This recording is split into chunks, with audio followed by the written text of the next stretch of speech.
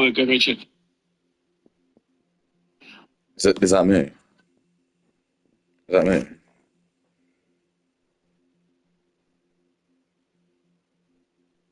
Is this what you want happening? Is this what you want?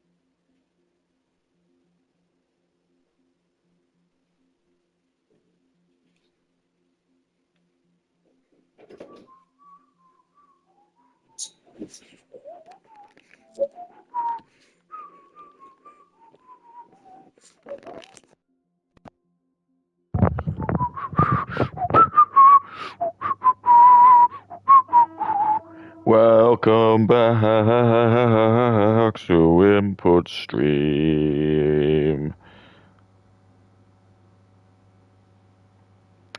I put the title as Idubbbz, but I don't think that's going to be happening.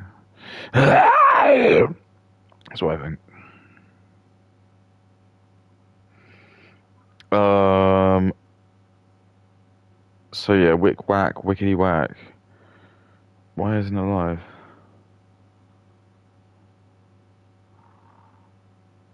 Wick whack, wickety whack. Just doing a So sound yeah, wick test. whack, wickety whack. Why isn't it alive? Okay, so Whack. what's my itinerary? I don't know. No one's done any like funny videos. Nothing's caught my attention. I think there was like Nicholas Jory did some shit with Idubbbz being like a giant freak or something. I mean, more Pegasus videos are actually really funny. I could do more Pegasus. I've done more Pegasus. I don't know. This videos just annoy me so much. I don't know why. I just feel like I just got like this anger now. It's just like vengeance. It is just so annoying because this is the way society is. It's like we're not allowed to be angry at just like other races or anything. We're not allowed to just be angry at them. They just have to be treated like the same. I mean, it's just bullshit. It's just like all garbage. We should just be allowed to like laugh at people. If there's some Indian dude's just making some stupid video and it's SpongeBob on it, yeah, I should bully him. It's fucked. It's not right. I don't care. Sure, his stupid fans will brigade me and come on here and tell me how much they jerk off to like SpongeBob hentai, but I don't care. I'm not impressed by that. I don't care if like you're part of some shitty ESAT system. If you're part of an ESAT system, I'm putting a curse on your family. I'm using magic. I'm like, putting a curse on anyone who's got part of an ESAT system. If you listen to this and you're part of an ESAT system, I'm putting a curse on your family, and it's going to be like minus a million ESAT points. Just like, call me. They all believe in like curses and magic and stuff. If you go, there was a video of like some guy who was in like Canada or somewhere, and there was all these like Somali women walking up in their like burqas, and he just started like saying some random mumbo jumbo to them, and they start wigging out because they just really believe in like magic and shit. So you just like start doing like a chant or something, and they're like just pretending you're gonna do something, so they just go eat, they just lose their fucking mind. Same with Indians and Hindus, they just go absolutely ape shit if you just like if you like infer you're gonna do some kind of like quiz, some kind of like curse on there.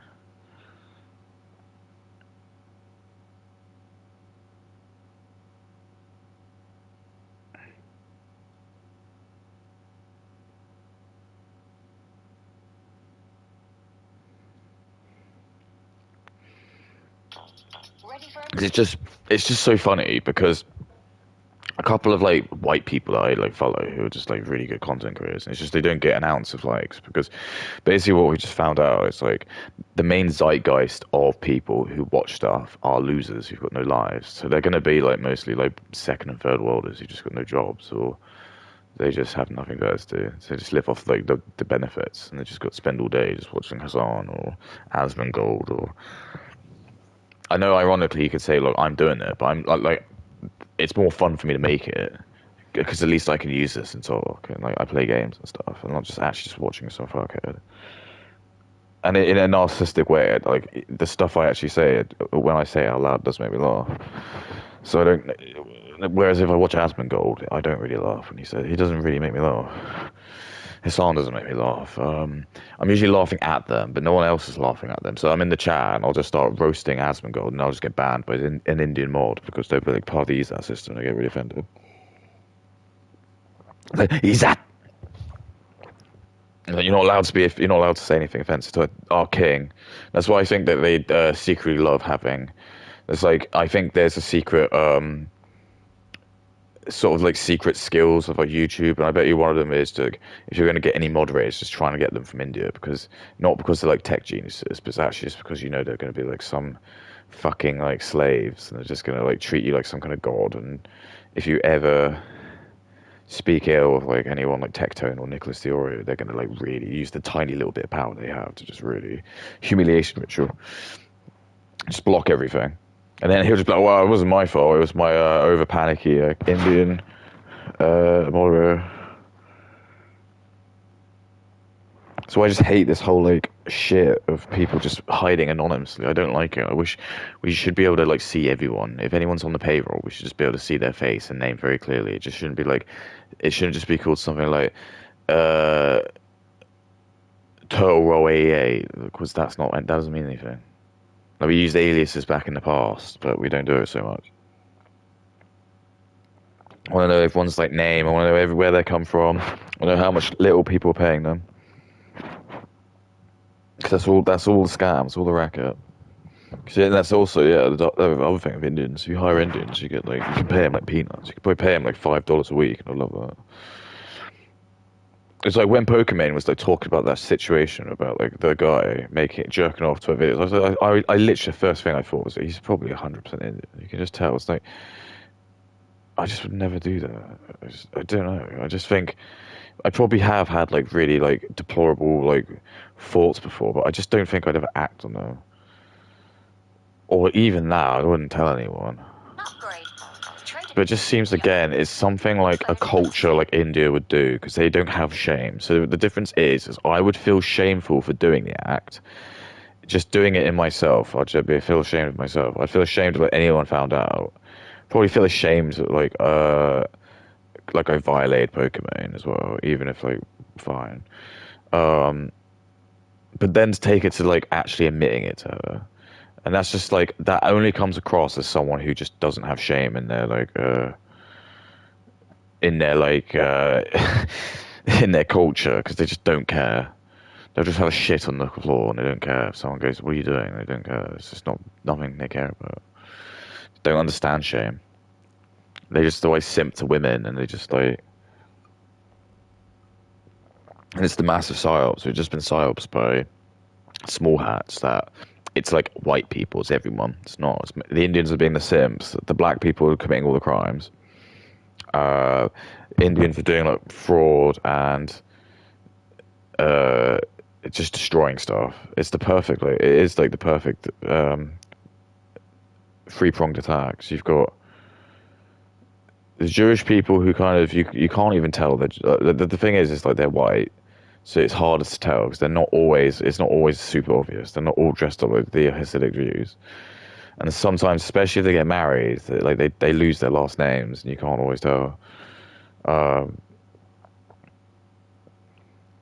so then you just get that. You'll just get like some mum who's probably just some woman who's married someone and maybe like lost the Jewish like last name, and then they're just going to go on like a tirade and just do stuff because they just think, well, this isn't really my country, and really, I'm loyal to Israel, so I'm actually just kind of, and it's like that's why it's funny when you actually just watch like Curb Your Enthusiasm.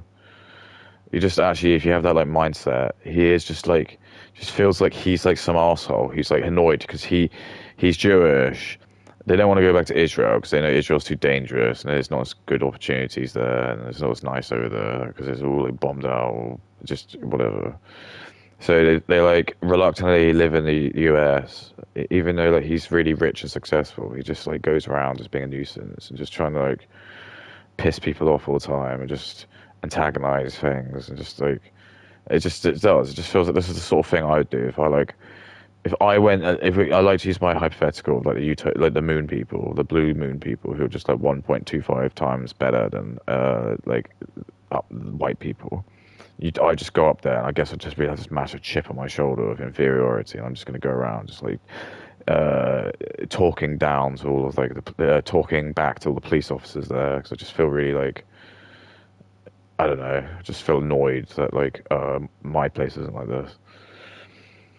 I'm like, what? You guys have got GTA 7 already? And then I'll probably go into the shop and I'll probably try and snap some of the GTA 7 discs. I'm so angry. Like, my people haven't been able to invent it. Like, and I'll probably break it. And then the CD will just like refix itself because that's how good the technology is. I'm like, how did it do that? And they go, well, look it up. Look at our racial demographic. And they say like 100% white, blue people. And I'm like, oh, of course. I see.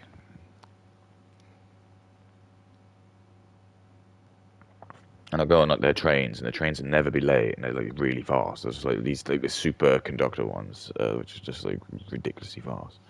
So I'll just go on there, and I'd be really really upset because I'm like sat down, and I'm just like seeing all of these like all the chairs like really nice, and I'm just like getting massaged on a public chair. I can feel that my phone is just like wirelessly getting charged in my pocket. I'm like, oh, this is brilliant. And it's like there's no advert, no invasive adverts either. Um, Everyone's really polite and everyone's just like really quiet and they're just being really but they're happy. And there's no graffiti, there's no mess anywhere. And even if there is, you see like these like little robot mice things that go around and they just like swoop up the food and like if anyone drops anything. So it's just again just like perfect utopia. And then like yeah, you can travel from one end of the moon to the other in like just like 15 minutes or something. So yeah, I'll probably get off it and I'll be like, I'm going to like get off the train. I'll get some of the chairs. I'm just going to break the chairs. I'm just going to smash some chairs. I just get really angry. See a vending machine where you don't have to give any money because it's like again they just worked out you don't need money. And I just like, take out like the Space Mars bars and the Space Cadbury eggs and just like start throwing them at all the blue people and they're just looking at me looking really confused. So, what's this white person doing? And then they'll like open up like they'll get this machine scan my brain. And they'll be like, look, it's this. And they'll like look at my frontal lobe and it's like even though it's more developed than black people, so but yeah, white people haven't got their frontal lobe isn't as big as ours. So they don't have these other features that like they don't have. So they don't have like the non-jealousy stuff and non-anger and like the super love lobe. Those are all like not they're missing it. So you still got like this white man anger and just like this white man inferior.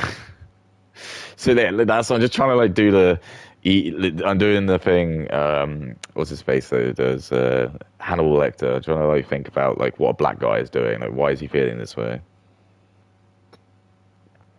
Like he ultimately he knows because he's not stupid. He knows he comes from like Dominican Republic or whatever. He obviously like, looks up Dominican Republic and just sees how shit it is. He just knows like he's not gonna want to go back there because he knows deep down if he goes back there he'll have a fucking horrible time. But he's so angry about that he just doesn't want to admit that where he is in a Western country is better than that. So he'll just take that chip on his shoulder and just try to be a dick in any time he can to just get back, I suppose, at white people because it's just that's it. I think it's like they're inferior and angry, and also they get fed propaganda just to keep telling them that even again though they live in the host country, they just get told that like whatever country they're from, the white men probably destroyed everything, killed everyone, and own like a billion trillion in gems or something. So it's crazy.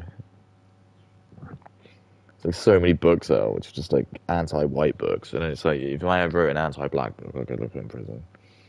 But any anti like white books are all prolific.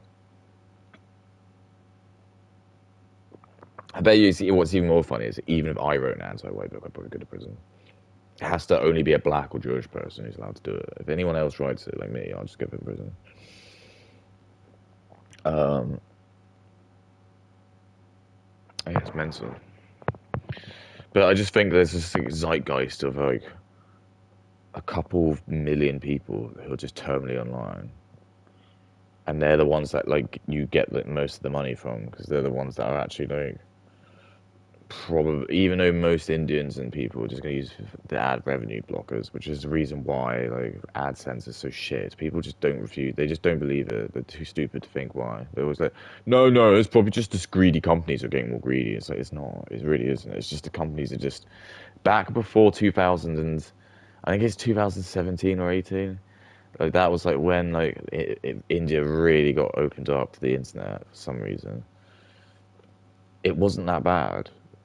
No one was complaining like about YouTube's ad revenue around that time. It was only like now because the Indians have just fucked it. They just like learn how to just make stupid AI garbage, and they just all they'll do is they just try and find exploits and ways to make money. So like one of the most recent ones that's been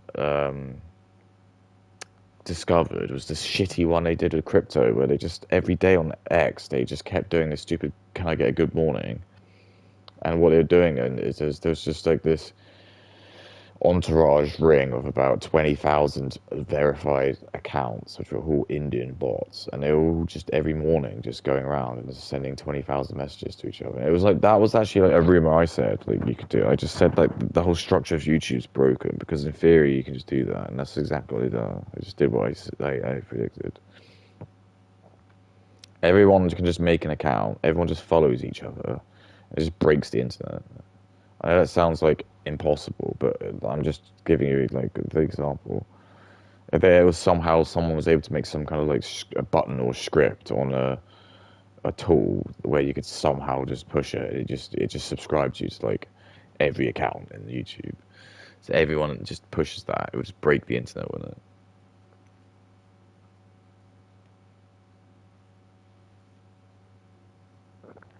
Everyone's just subscribes. Everyone.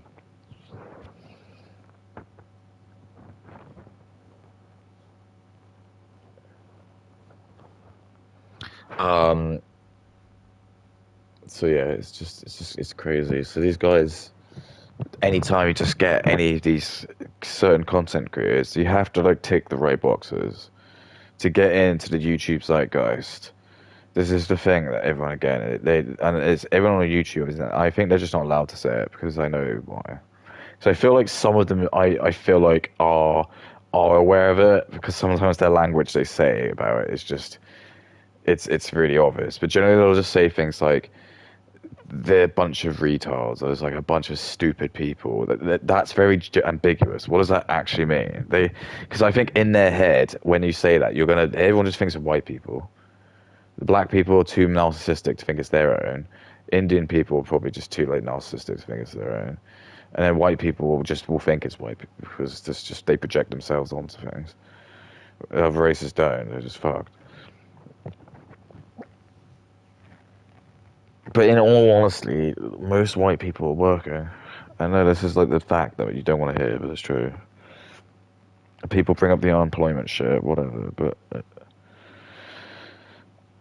a lot of these people are just black and Indian people because they're not high achievers. The black people don't usually do great. They usually have to like do their own fucking weird business, which usually is just a scam or just, again, them just trying to like do something illegal. Just can't. Even when I meet people now that I think are like are black and I just like think about their business and stuff, I always just think I bet it's something down the line. It's just bullshit. They're not paying taxes or something. They're doing something really illegal. Seems like that's always the case now. I just don't even. We're finding out all these fucking like NBA players were just like part of like rigged gambling. I was like, yeah, it probably does just go all the way down that. It's probably I won't be surprised. We've all just been setting up the people to be the stars of fucking basketball. It's all been set up. Probably has.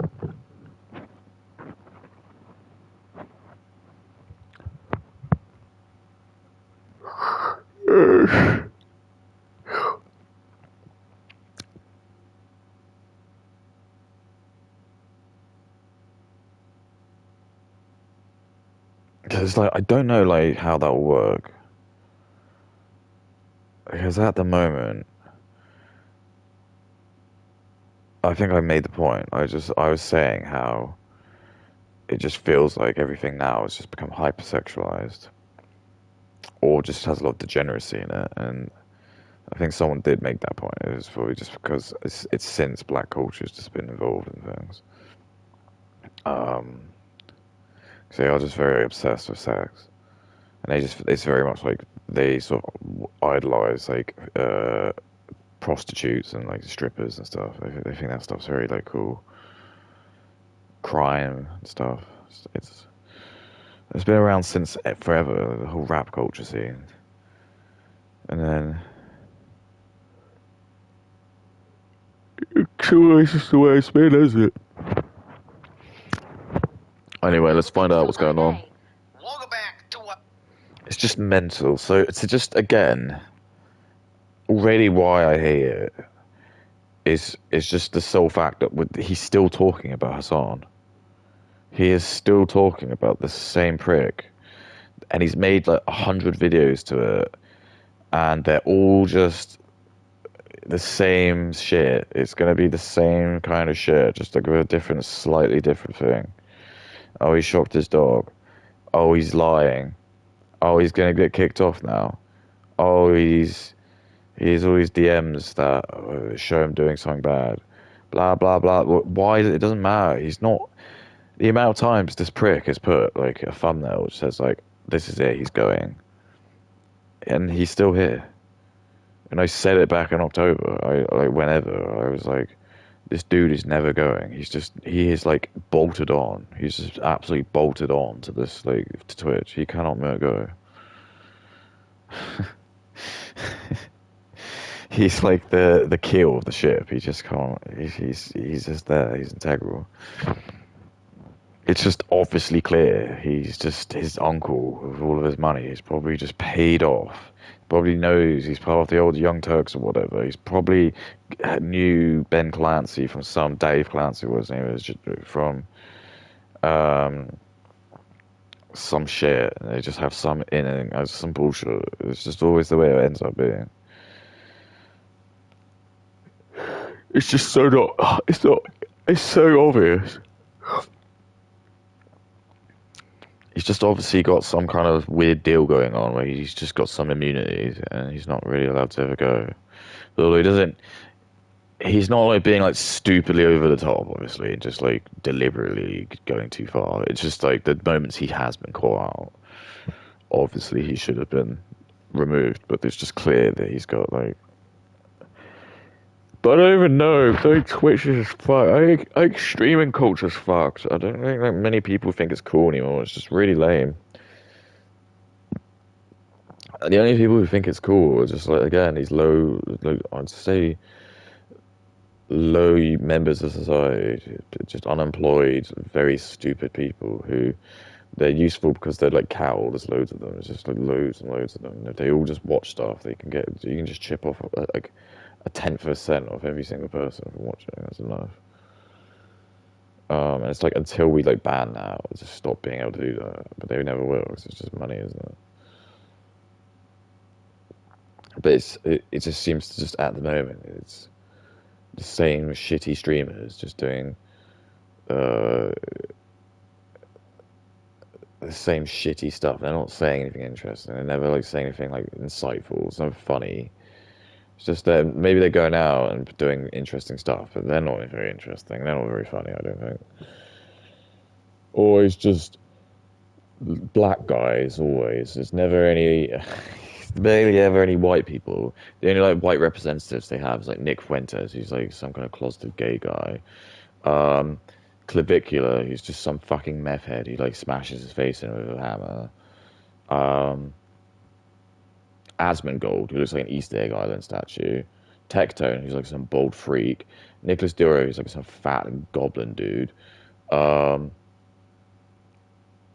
Moist Critical just looks like any IT person. Chud Logic, who just looks like any assistant manager in Tesco's.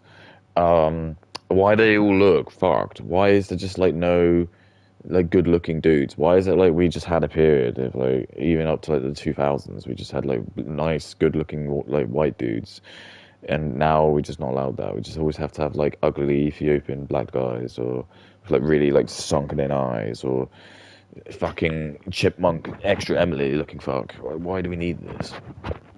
Why don't I want to see her? I don't want to see this.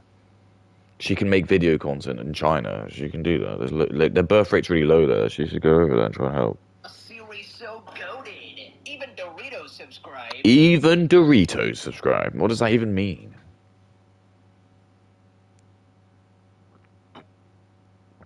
And then it's just count on. I would say have a drink every time he fucking mentions an like some kind of white made IP or like something that isn't Indian. Because it's just he never will. He never talks about anything Indian. He probably doesn't even say he's Indian. He probably say he's from like Singapore or he's like I don't know American. He probably say he's as American as like everyone. He'll tell me he's as white as I am, and he'll say because he likes SpongeBob more than me that he must mean he's like he deserves to be in a Western country more than me. So him and his Indian friends are gonna like sign a petitions that I have to replace with him, and because it's just that's what happens. If there enough people say something, that'll be what happens. So even though like I don't know. I'll put that. They'll get like 500,000 subscribers, and then I'll have to like trade places with them. That's just how it works. If loads of people do something, you have to do it, especially if they're Indian or black or like Muslims. In today's video. Yeah, there's got this weird fish guy. I don't know if this is like the character he most. I'm guessing this is the guy he like most responds with. It's like a fish. He's naked for some reason. He's not wearing like pant bottoms, and he's wearing like the suit top, and he's just got a wig on, I guess. It's very weird, but I'm gonna hyperanalyze it because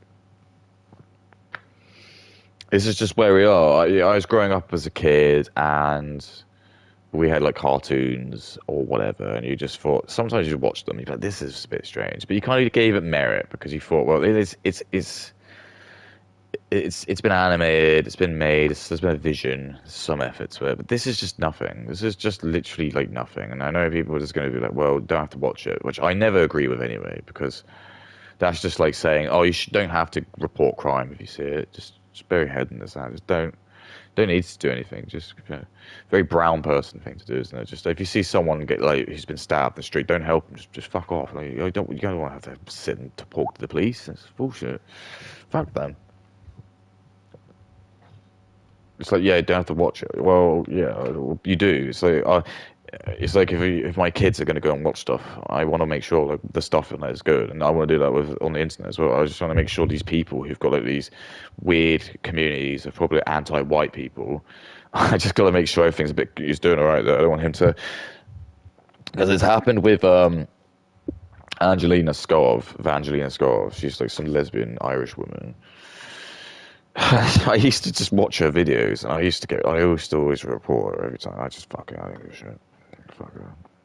Anytime like she was just like super misogynistic, I used to just be like, because she's got the shoes on the other foot now, isn't it? Actually, I don't think I did report her. I just used to comment. That was it. I used to comment saying like, oh, you're just such a misandry. I think she called me out like a couple of times. I said something about how, because it was just, I think it was like any time she had to mention, and again, it's like that liberal thing again. It's like she's obviously gone to uni, and I know that when she only does collabs with other like white men, they have to be like part of the LGBTQ umbrella. You got to be like bi or trans or something.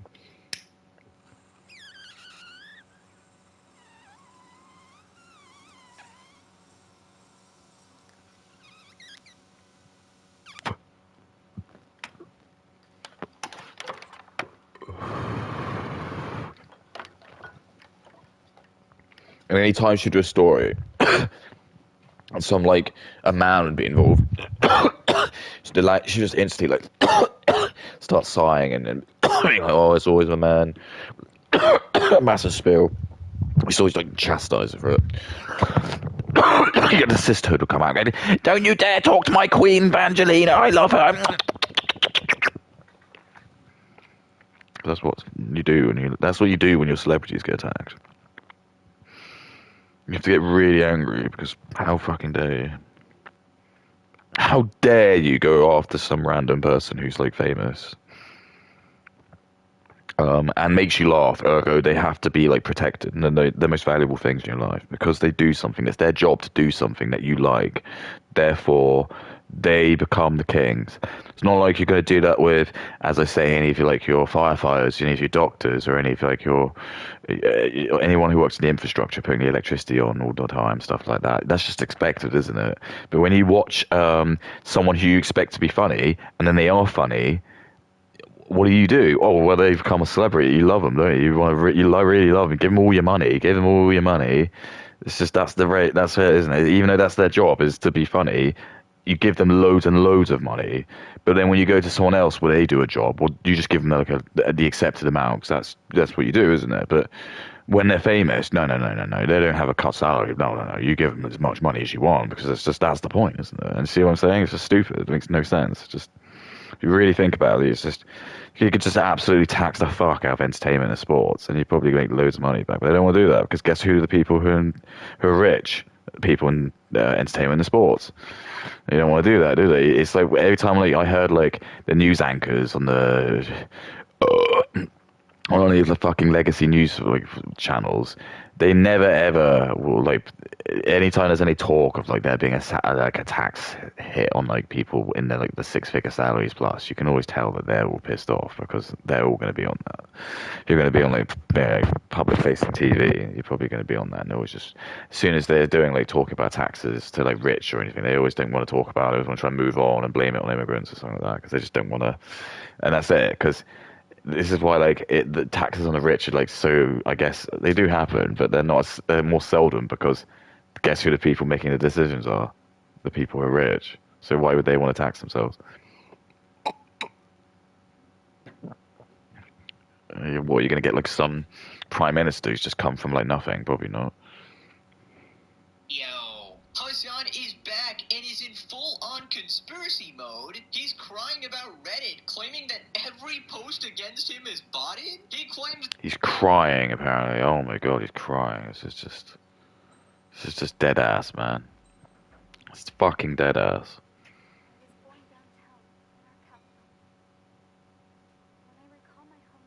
I have no idea how many levels though. I don't know. I feel like I've taken out one of those flying things. So that sounds pretty big.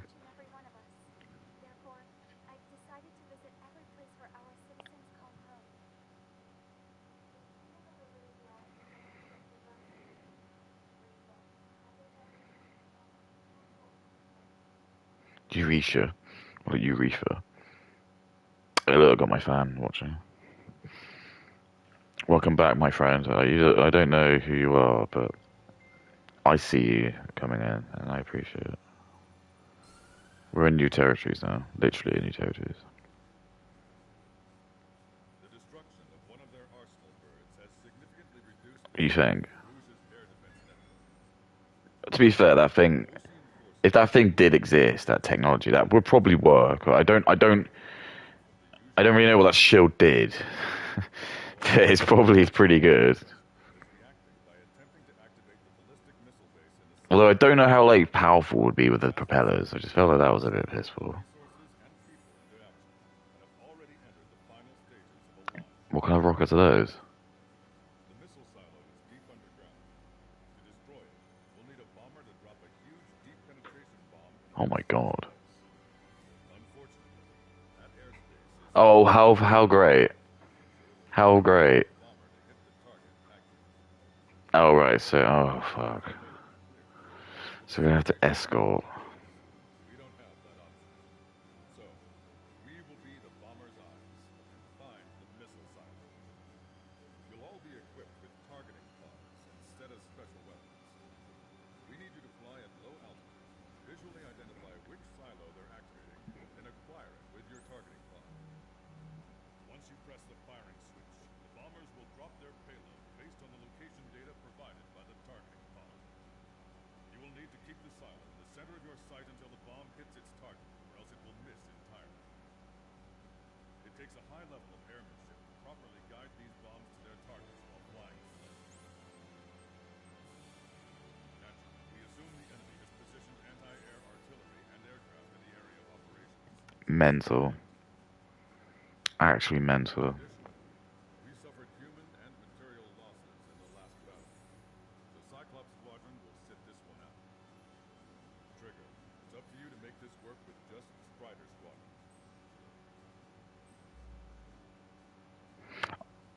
I feel like Trigger should be like he should be the head. He's done so much. I don't think he's being rewarded as. Oh, hang on, let me see. So let me show you what it is.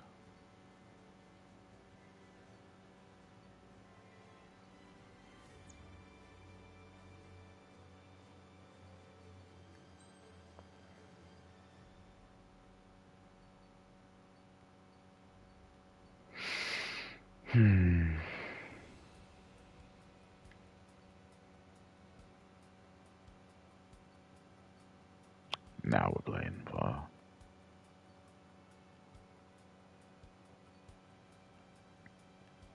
What? Can I buy this? Oh, I have bought it. That looks fucking sick. So that's like a end game plane.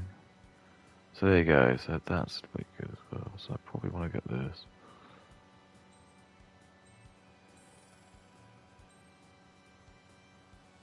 It's tight.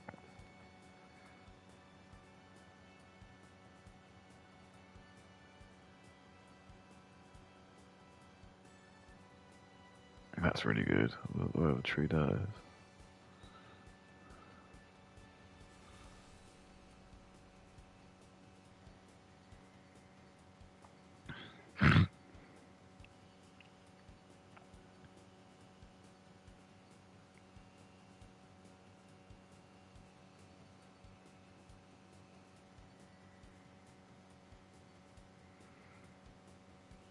Yeah, so you need to buy that.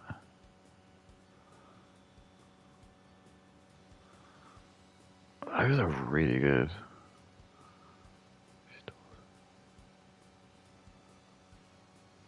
Damn. Oh, that's so good.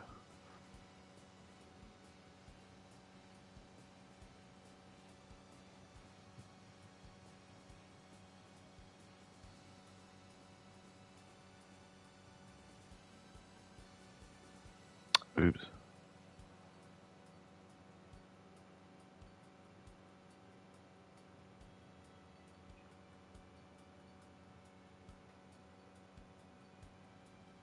Fine.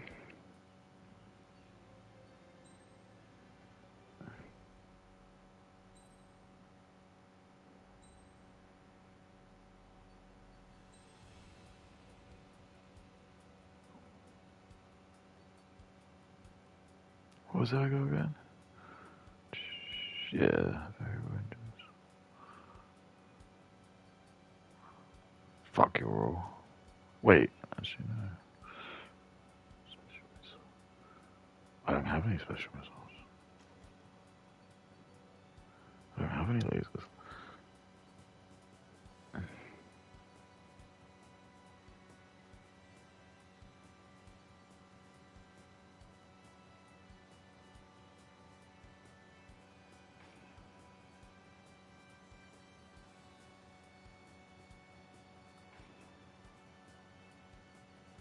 Now this should be a nice fast plane. The entirety of Reddit is in a conspiracy to support Asmongold and is elevating his posts. Can I just say, like, just fuck Reddit. I'm probably got like a hate page I've made on that. Like, who cares? Like, Reddit's just fucked, mate. I'm sorry, what do you want me to tell you?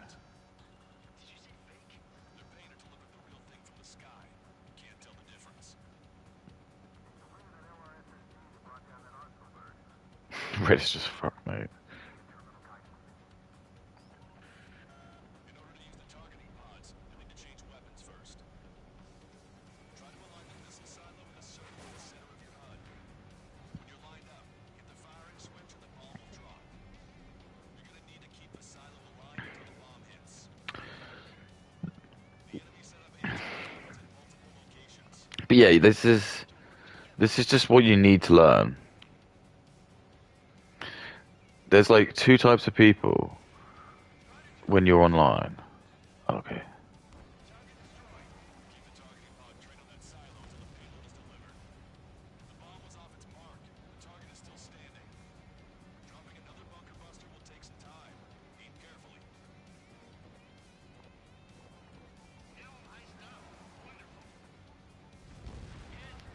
Nice. Wait, did I get it?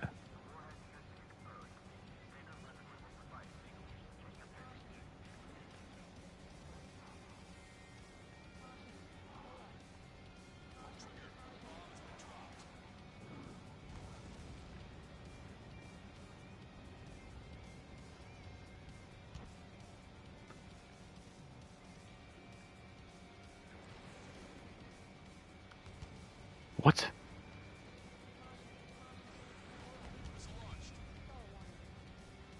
What?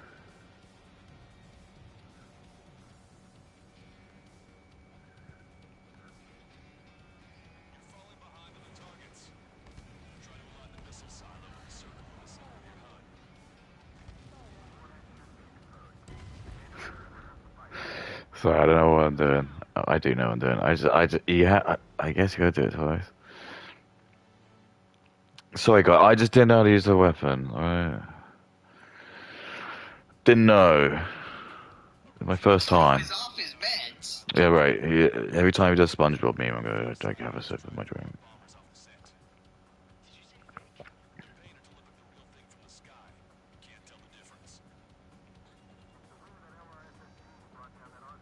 I think this plane does go really quick as well. Not as a problem, but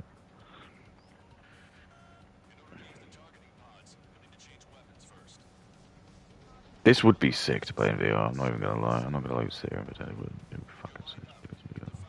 I'm not gonna buy it, but I'm just saying it's like a nice.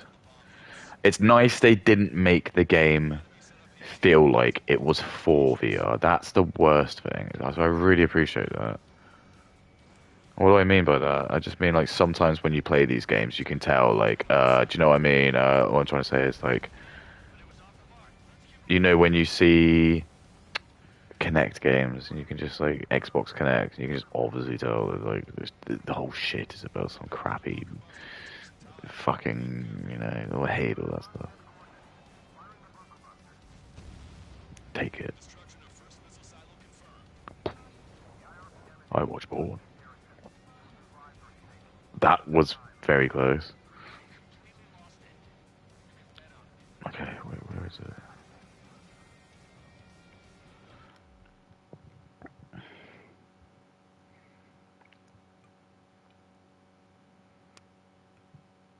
He is now begging Reddit to go after Ethan Klein and delete his community Reddit.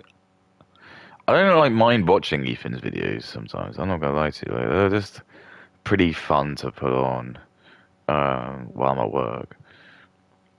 I know people are gonna be like, yeah, "That's listening to a streamer." That's true. But I feel like he does put like a bit more effort into the podcast. That's all I'm gonna say, as opposed to just I don't know, watching fucking Extra Emily just running around, just screaming and making a Kuwait voice and some bullshit just for Guna fans. At least he is like got a set and people he's working with. It feels a bit more like an actual show. And do you see what I mean? There's a difference. There's a massive difference. Even like between watching him or Pegasus, it's night and day. He probably only takes about. I'm not even kidding. I think once you start to get into the rhythm of this, I think it probably would only take him about an hour and a half to collate, but that's just him doing what he would do anyway. So I just feel like me and I go on X. That'd be like, so imagine like me going on X, but all you do is when you're on there, you're just like taking clips of like other people's comments. You're not even making your own shit up. All you do is you just go on X, you go on like Yeet, you just go and read stuff on that, and then you go on Reddit, and you just do the same thing. You just read a couple of the top comments, and that's it. And you just like put a SpongeBob meme. A SpongeBob. It's not a meme. It's just a picture, like a still of SpongeBob. Make a wacky voice when you're doing a person sort of like Hassan or something. Do a Dan Clancy segment. So anytime you're talking about Twitch, just like do your Dan Clancy voice. Asmongold is always like the savior, and this is why I think he is Indian, because he seems to like hate, he seems to like he seems to not like Hassan, who's like, people say he's not Muslim, but he's Muslim affiliated, and Indians love like the Jews, so it makes sense, doesn't it? I don't think I've ever heard him say anything ever about. He might be a Muslim, because there are quite a few Muslims in Singapore or Indonesia, but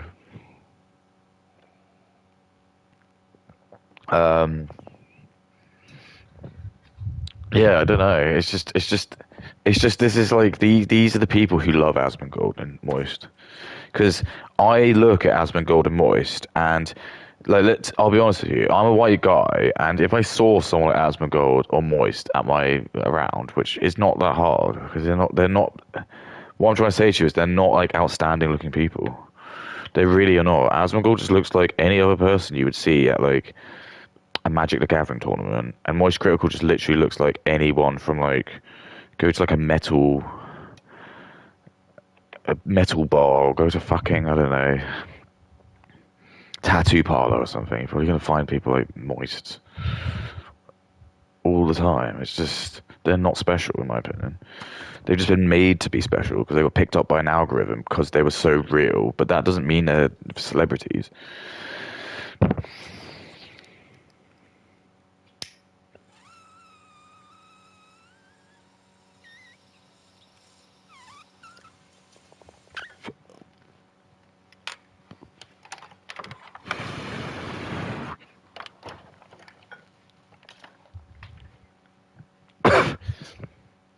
But it's like, yeah, we're just listening to like a fucking Indian dude living in Singapore talk to me, a British person, about American values to a Turkish man who is living there. It's just see, I don't care. Like, people probably tell me I'm just racist, but I just think no, I'm allowed to just be picky about what I want to watch.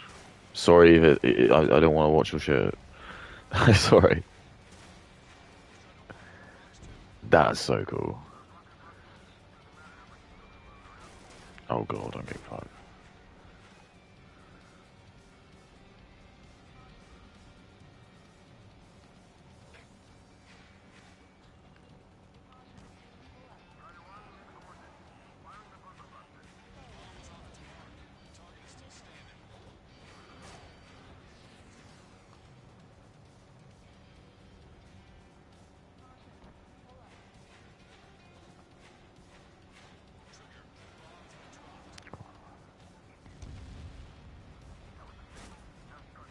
Fake.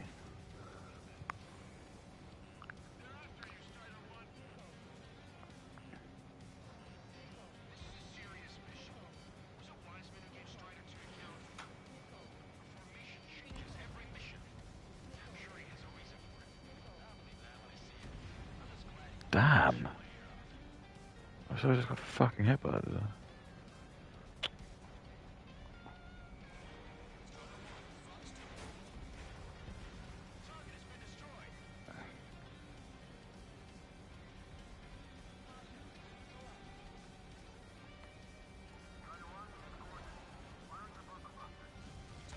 Damn it.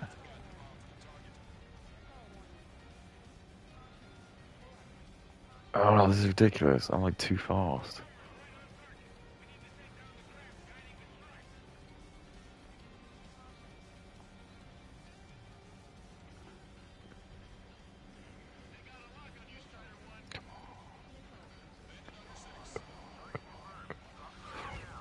What?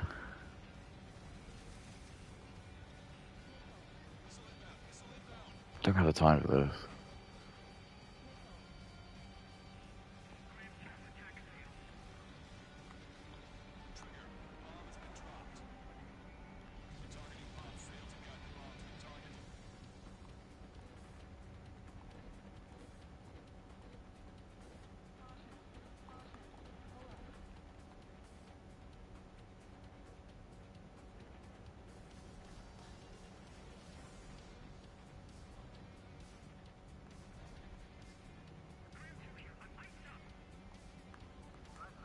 No. You idiot.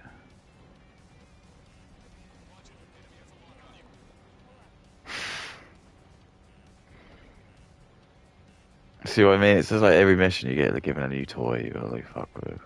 It's like whatever. This is probably my fault. Probably my fault. I don't know it how well enough. Come on, dude, what are you doing? This was probably the best chance you had.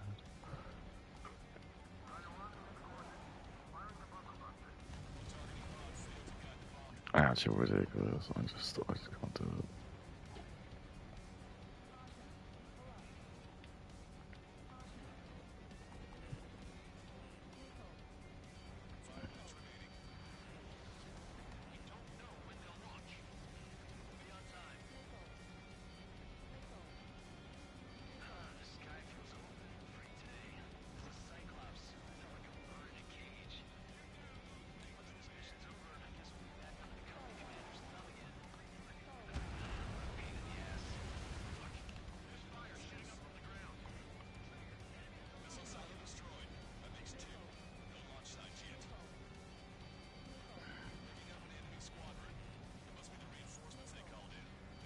be a dot. I don't know though. How am I supposed to know?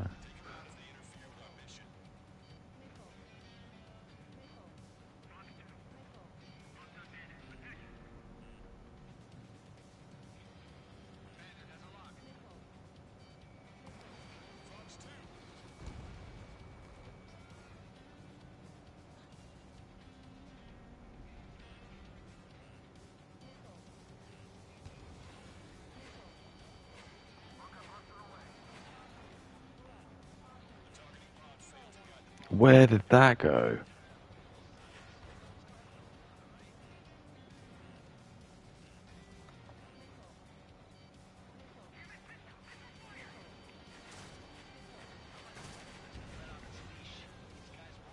Oh fuck! I'm gonna die.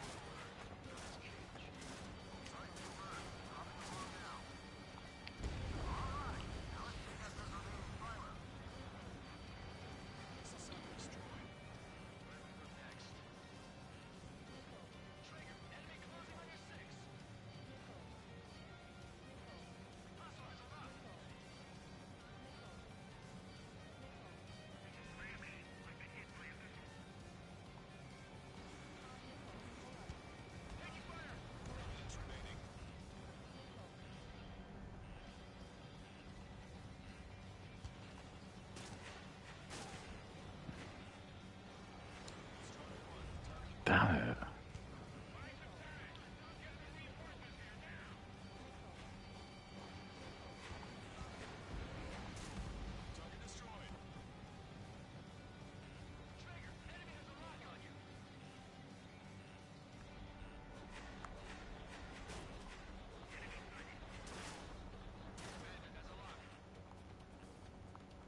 Where's the missile silo? Oh fuck!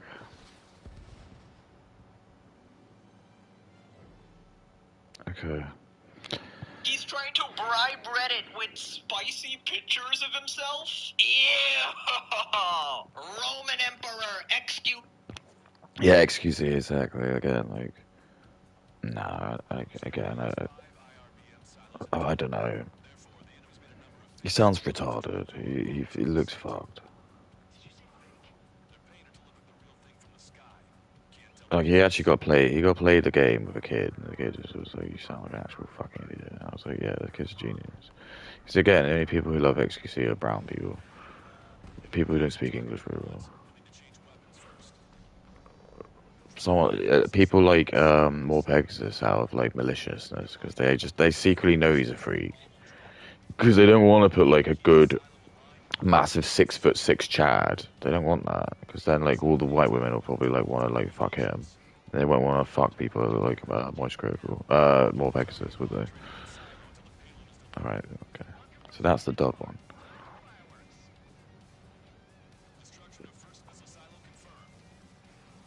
All right.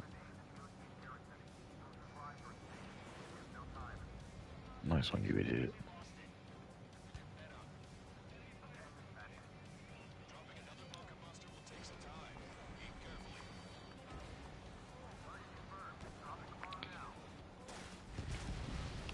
Fucked him.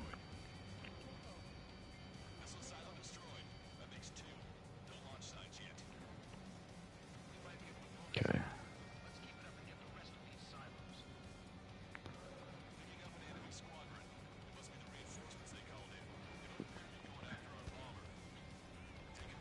You idiot. No. That's probably gonna have to be a real one, isn't it? It's called the missiles it's got.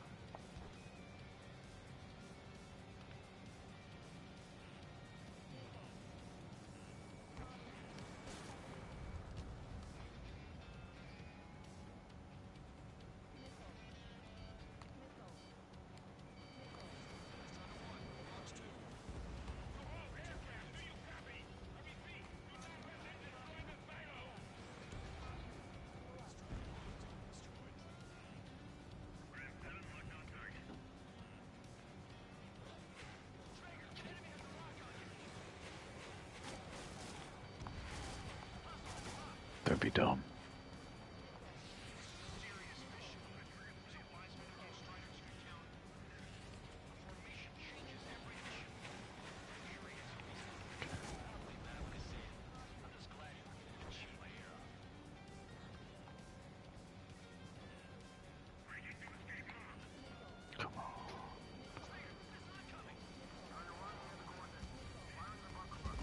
Bullseye.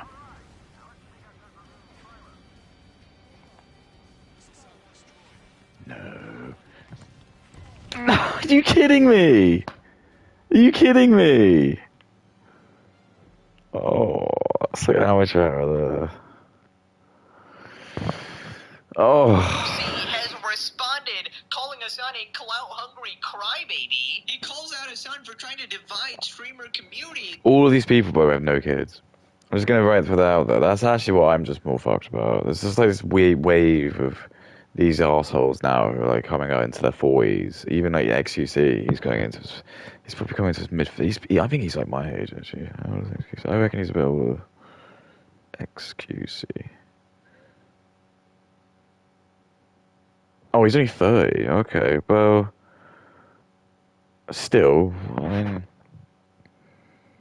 is he got a suit or is he gonna settle down? Probably, I don't know. Doubt it. People like that just don't strike me as the type of people who could just be parents, and that's why the small hats want him to be famous because they want like, they want like people like XQC or like Tectone to be famous. They wouldn't want to have like the married couple channel where it's got like a married couple with like got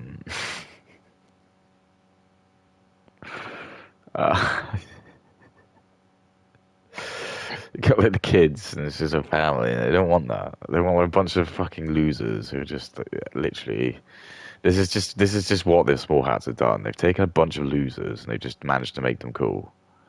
They've managed to make black people cool. They managed to take a bunch of people who are like stupid, just commit crime, and are a nuisance to be like cool and to like rap music and just like putting them in loads of movies. And then exploiting the women's like weaknesses, which just seems to be like they. I imagine the Jews probably found out about like when they were like saw Elvis Presley and they were like seeing like how like women acted when like Elvis Presley was around. They probably were like, oh, maybe we could use this to our advantage. So then they identified they could use black people again. So the slave trade has not changed. It's just changed. It's just become neo-slavery now. It's not actual like the slavery you expect, where you think they're in shit, but they are in a way because they're still working for Jewish people.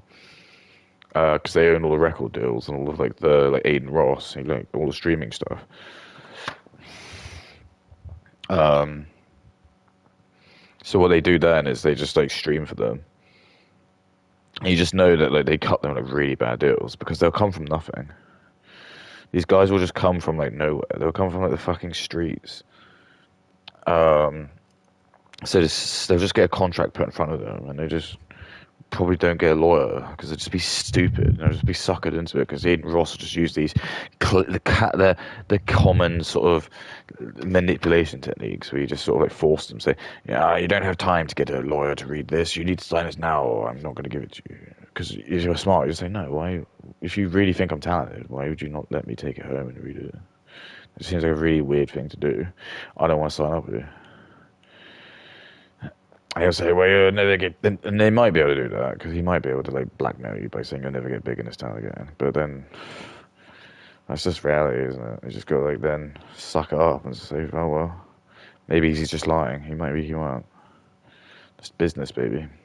But you can just tell that he's probably, like, cuts these guys, like, because he's managed to fucking buy himself, like, a huge billion dollar mansion. Like, or I think he is a billionaire. I don't think the ranch is $1 billion. But how on earth do you how on earth do you become a billionaire? That isn't a insurmountable amount of money. I think there was like a funny video.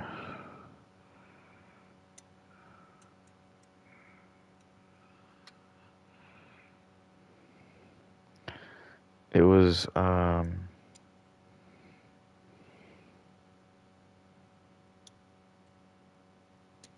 think it was Scrooge McDuck. And he just did this like it was just like some kind of PSA song. I don't know, it was really PSA. But it was just him talking to his kids about how much $1 billion was.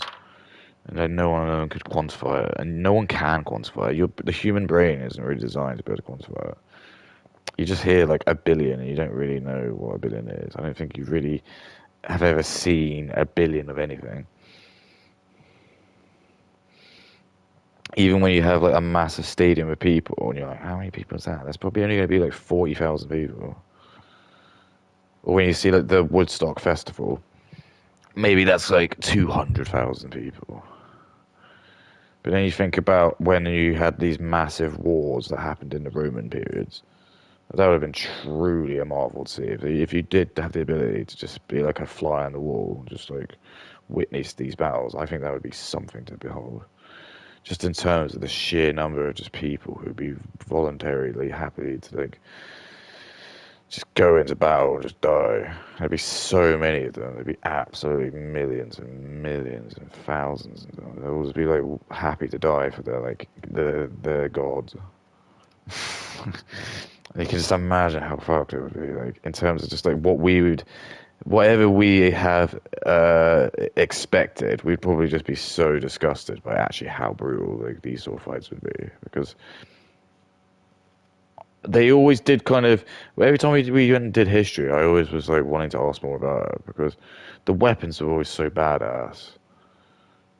And we never got to like see like what the weapons did, but you got all these like fucked weapons. So you got all these like halberds and stuff, and all these different pikes and things, and all of them are designed for something completely different. You get like the halberd, the guy in the halberd.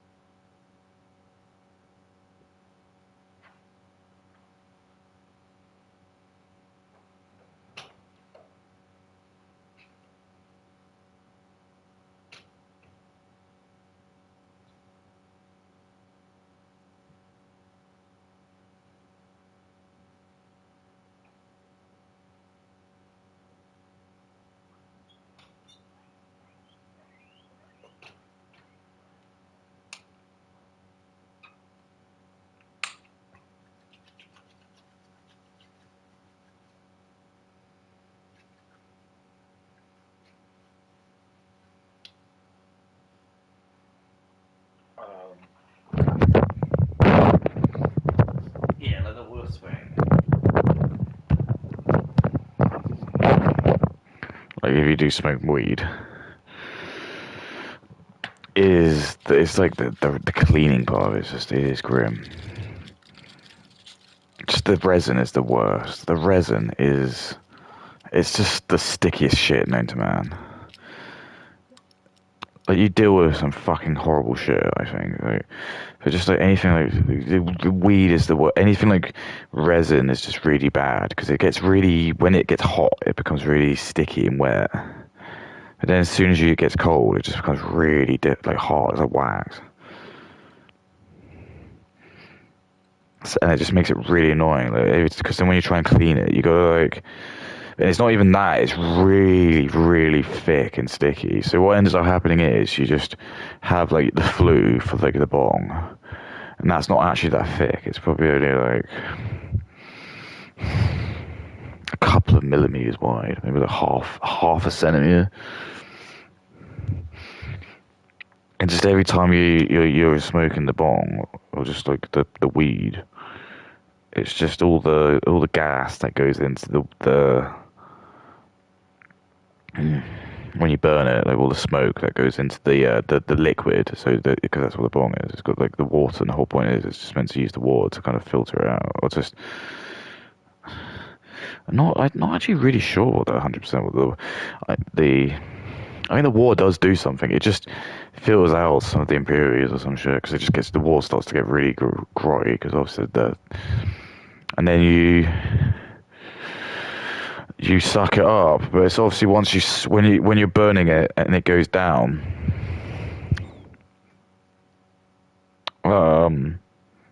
obviously the gas, it'll just condensates and just becomes like this like gunky film. And after a while, it's like a fatty artery, it just blocks it.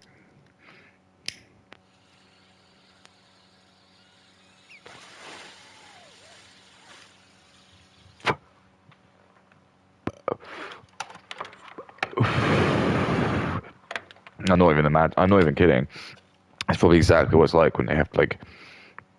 Well, it's not. I'm giving myself way too much credit, but it's like probably what it feels a little bit like when you do heart surgery and you've got to like open up some dude's heart and it's like covered in fat. And you've got to get something to either widen it. I forgot what they call those stents or something. You put like a stent in it and it just opens the aorta up.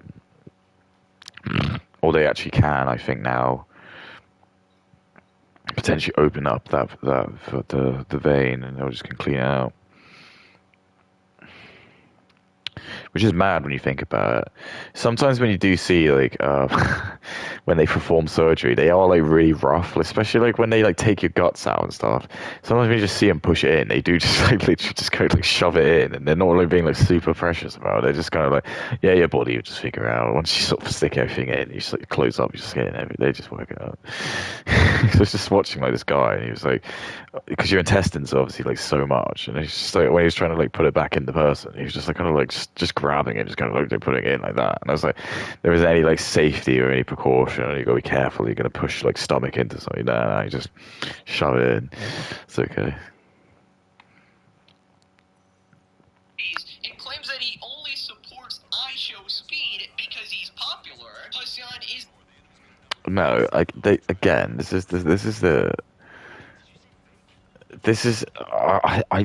probably in trouble saying it. The agenda does really feel like that. What people are trying to do is as a humiliation ritual. I know this is going to sound horrible, but it is a humiliation ritual. The fact that you got people like iShowSpeed who's famous, that is just a humiliation ritual to just sort of white people, people of like high intelligence, which are going to be like because the Chinese don't count because they're just like their own thing. It's obviously just like meant to be like a humiliation ratio for like white people, the ones who are getting like victimized, because you kind of then, these white guys are like coming into work and they're just like, what's the point? You're fucking iShowSpeed just barking like an idiot, and he's got all the more money than I'll make. I feel like I'm much more talented than him. And that's the whole point. That's the whole point. It's just meant to be designed like that. They know I should speak. Like, I know, like, yeah, fine. He's making loads of money or whatever. But I just think like there'd be billions of people who could just fit that role. It just so happens it's him. There would have been like loads of black guys. There would have been loads of white guys who would have done it. See what I mean?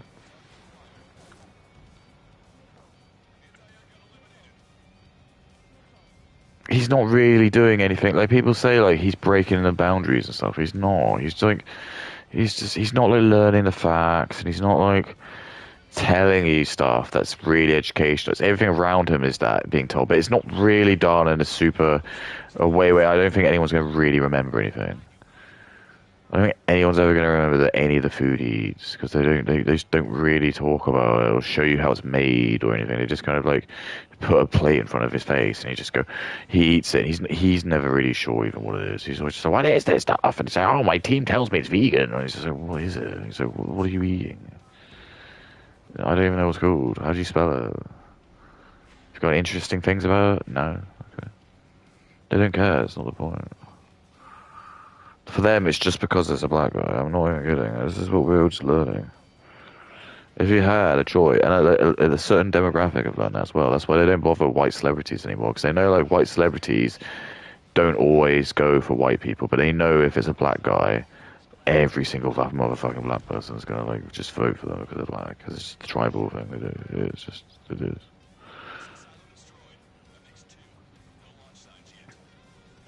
I can't remember. No, this one.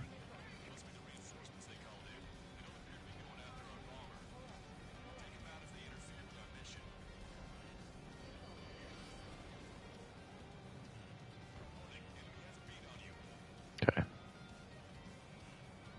Shoot. Probably should have done that.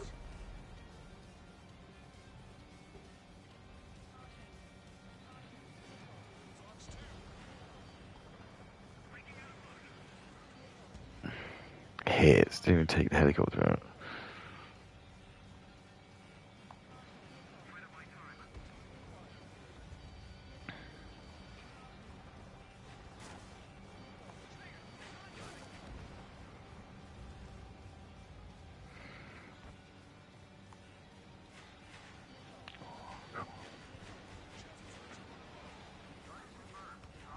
Ooh, what is it?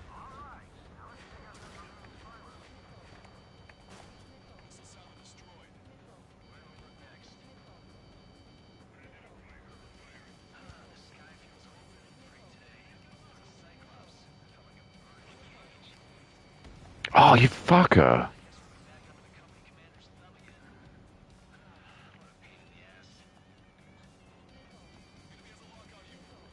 No.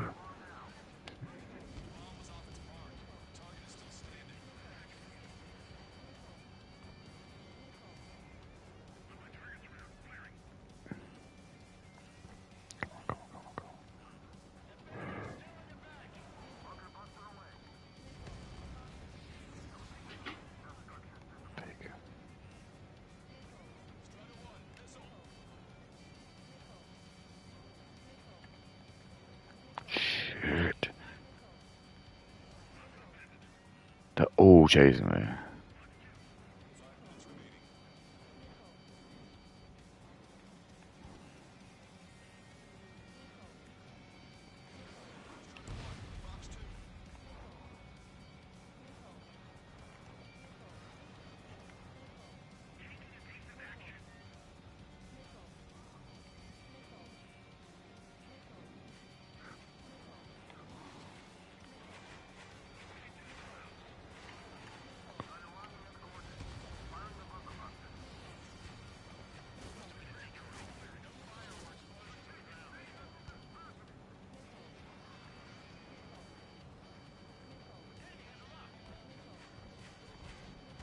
No, no, no. I can't believe it. I can't believe it. My backup are bullshit. They're not doing anything. Are you kidding me? They actually fucking do something.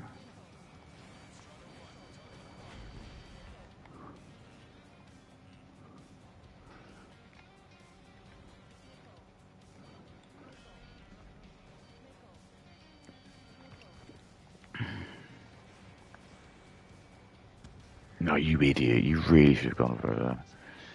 You're gonna have a litany of issues on you now.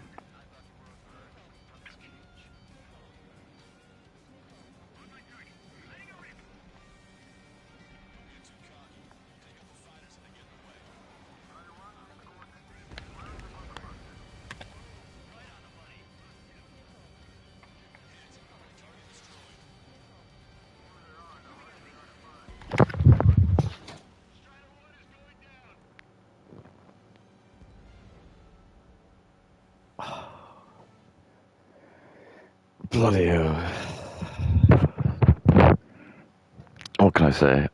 Now claiming that he and QT Cinderella are more in touch with the average American than Asmongold. He's calling Asmon an out-of-touch millionaire. Projection Pica, back at it again. Asmon has responded explaining why people find him more relatable and talks about... I don't even care. I don't even fucking care. I don't care whose people I find more relatable. I just don't like it. Don't like what he stands for. Money doesn't mean anything. I think money and power doesn't mean anything. I know another certain man who said that. But I'm not intimidated by that. The only people who are intimidated by that are brownoids and low IQ people. Specifically brownoids. The ISO speed, he'd probably do that. Bang. Yo, I got 15 billion million people following me, so I must be smarter than you. Yo. Yo, how can you make money if you're not smart? Yo. Back shots, man, back shots. You ready for the back shot contest? Here I do my back shot contest. It's not racist, it's just how he sounds.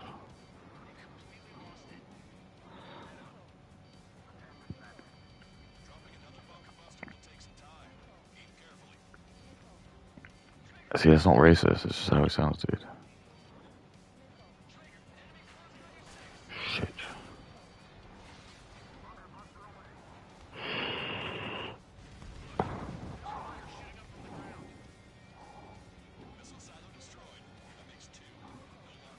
Back shots.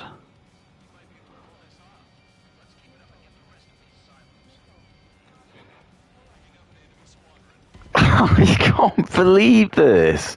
I can't believe it. This shouldn't be this difficult. I don't know what's wrong, guys. I was actually saying to myself, I don't think this is this bad, but apparently it is. I don't think I can remember. I just think it's wherever the most SAM sites are. Like, this feels like a nice. I like this one. This is like a nice one. Like, every other mission, I just feel like I've been like just pushed to the wall. This just felt like a nice one. I was like, oh, maybe I could just do this first time. No, don't worry about it. Don't you dare be stupid. I don't fucking need to blow up the truck. Oh, fuck that truck. I don't know what they do.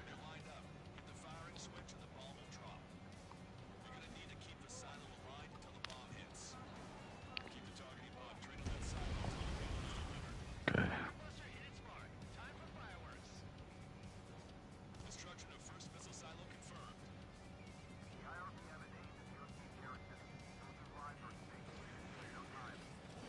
How did I miss?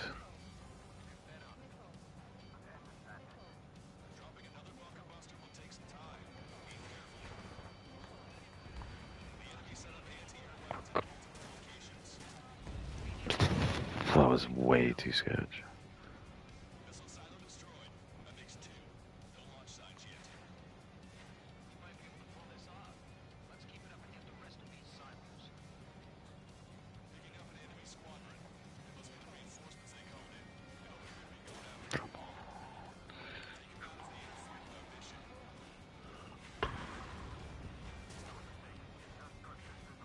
Died.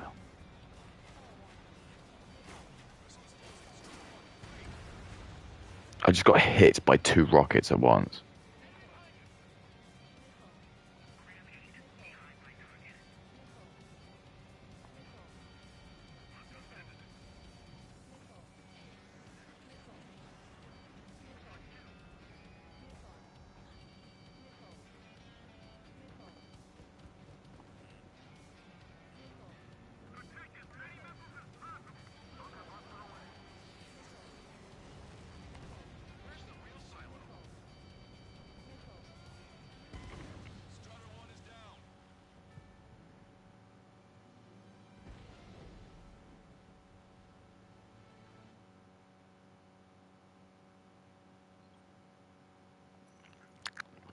I'm just thinking, shouldn't be as difficult, should it? Really shouldn't be. That one is real, that one's real. That one to the left, that's not.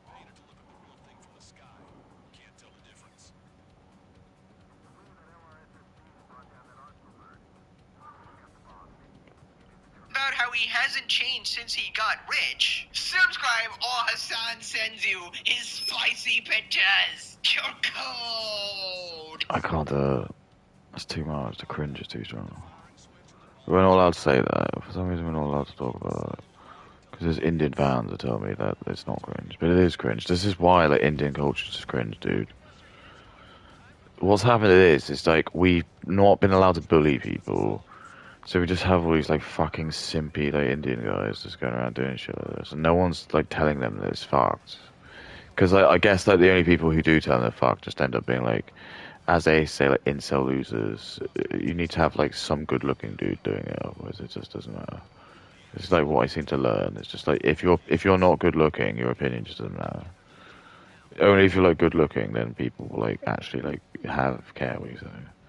Because anytime like anyone calls them out, they're always just like, "Well, you're a fat white guy, so your opinion doesn't matter." I'm like, "What does that mean anything?"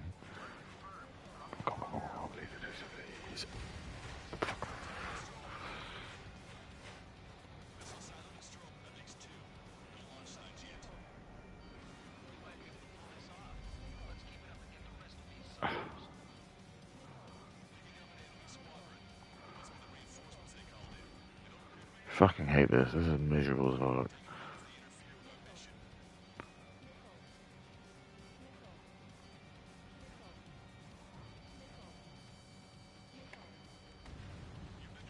I couldn't dodge that. What is that? Some mega missile, was it?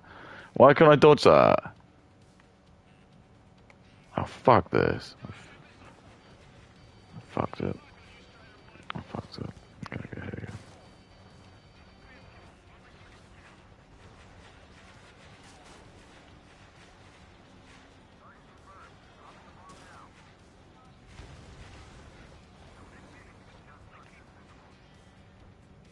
Just fuck, go for more.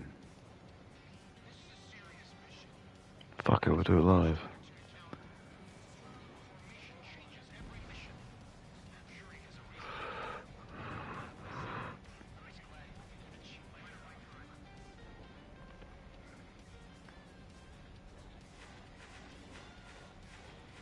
You stupid brat. Oh, I did it. No? No.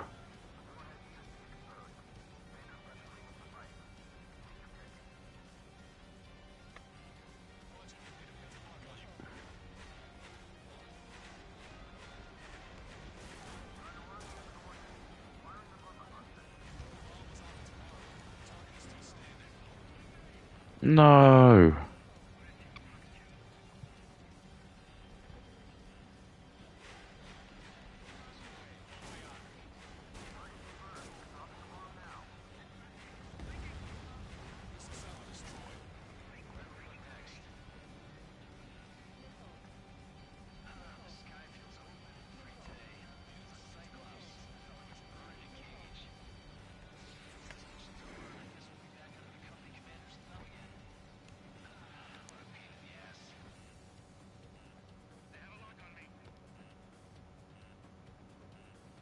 That's it. Fly, fly, fly.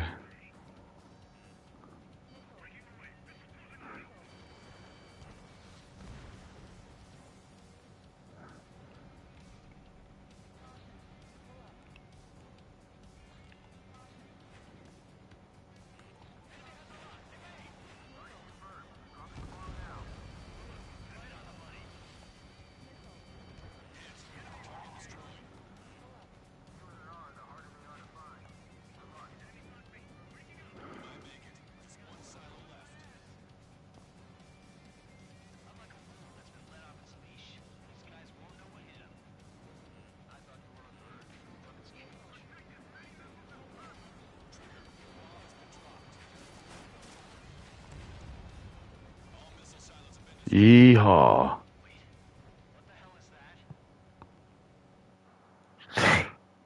Wait, what the hell is that? Detected an IRBM launch. Confirmed signature on our radar. Launch site is this dam. Not from the silos? They certainly hit it well. We still have a chance. Shoot it down before it reaches critical altitude.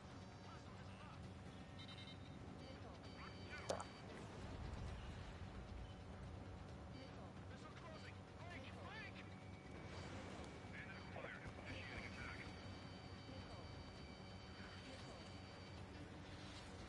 This one's wide open. Where is it? The target will soon reach critical altitude. Confirmed signature on our radar.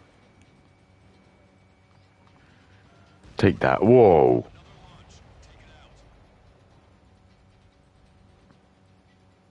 Strider 1, enemy behind you.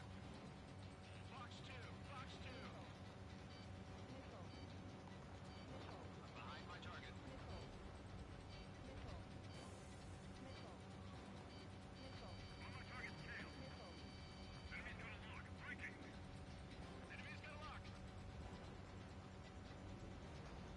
I can't. Oh, I can't even go the right way.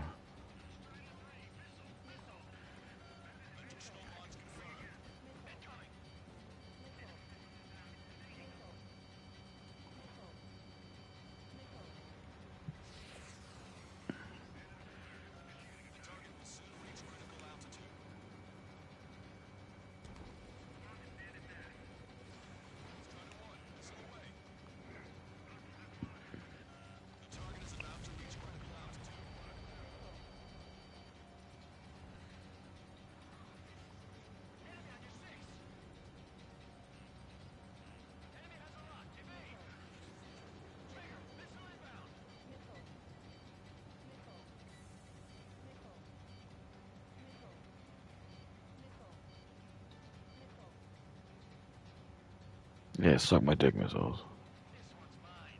You can be able to faster than me. It's so much quicker though.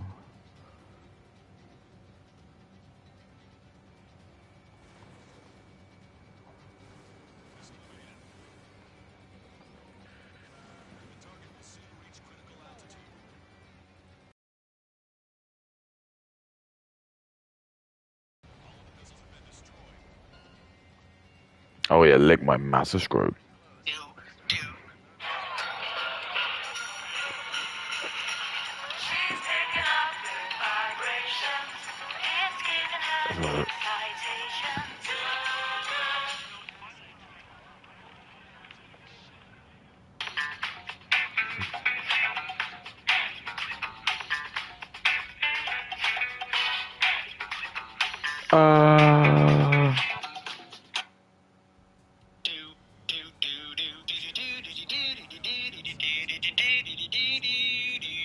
Oh my god, I can't.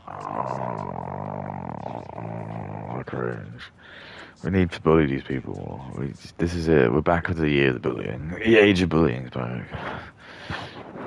I hope he sees this, and I don't care. He can make the jokes all he wants about money, fame, whatever. I don't care. I'm not him. That's it. That's the $1 billion thing. That's the $1 trillion thing. You can give me $1 trillion. I would not change it to just be this dude. I don't care how good food it is. I don't care how many whores you can get. I don't care. This is just like talking about the respect I get just for like being me as a human being. I'm gonna get more respect looking like me than him. Even if all this money, there'd just be certain women who just won't want to sleep. I don't care. There probably are like a lot of women who just don't care about money that much. They're just like, oh no, I don't want to sleep with this like, fucking weirdo. Yeah, I'm sure he'll gaslight me, but like, there's loads of like white men who thinks he's really hot. But if I had the same wealth as him and the same fame, they would go after me. They would. I'm sorry. I'm sorry that really hurts you. He knows he's not a breeder. He's not the. There's like two types of dudes. You have the breeders and drones. He's a drone. He knows he's not going to be a dad. Or if he is, it's just going to be based on like. And I don't think it's because a woman's going to find him like attractive. I'm sorry. He's not like. He's just not. He's just very low T.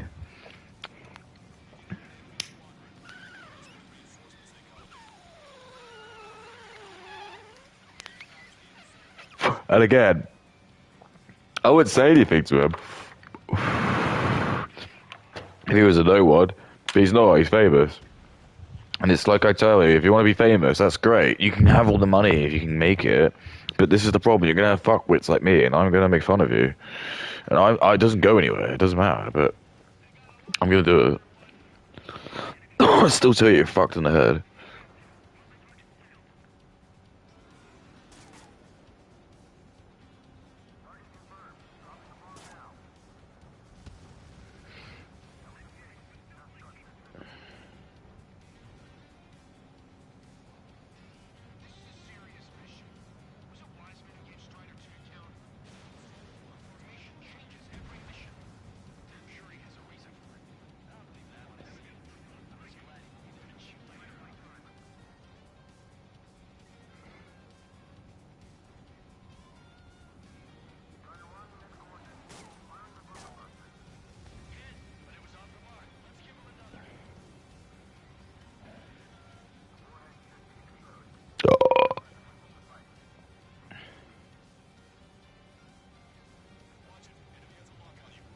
This is a really funny point. Indians and Muslims never learn how to properly court women because of arranged marriages. Their main strategy is basically rape a stranger or fuck your first cousin. This is why they crash out when they're rejected here in the West. Extremely socially stunted people. It's just true. It's absolutely true.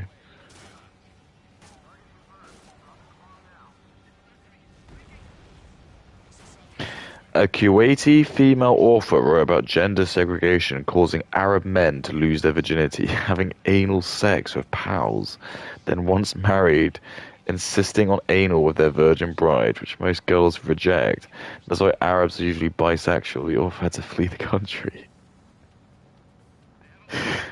Well, I always knew that. I always knew there's like some strange homosexual shit going on. It's just I think the Muslims are just absolutely not. They're not actually religious. What I mean is they don't actually have these rules. They just say it. They're just here to fuck with you. That's all they're doing. It's not a religion of peace. It's not. They're here to fuck with you, and they'll just make rules up, and they just decide everything's haram. But I guarantee you, when they're in their mosques, all they're doing is they're probably just laughing at just like all the shit they've been able to get away with. They're probably just laughing at like, can't believe some fucking idiot like believed this.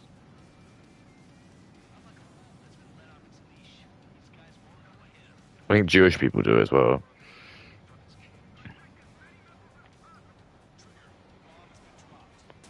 Look at this, look at this. Bullseye. I mean, how badass am I, dude? I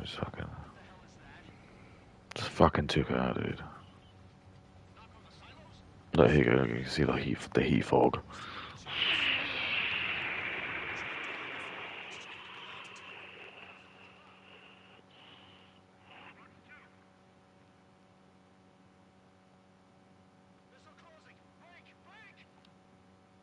Has that really been as long as it's taken? I felt like the mission took a lot longer to play than that. Oh well.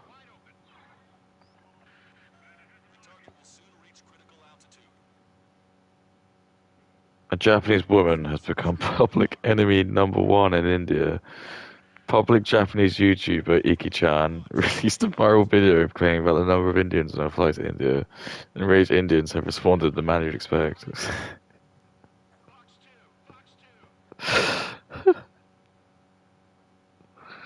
Chase decided to withdraw 99 billion from my checking account.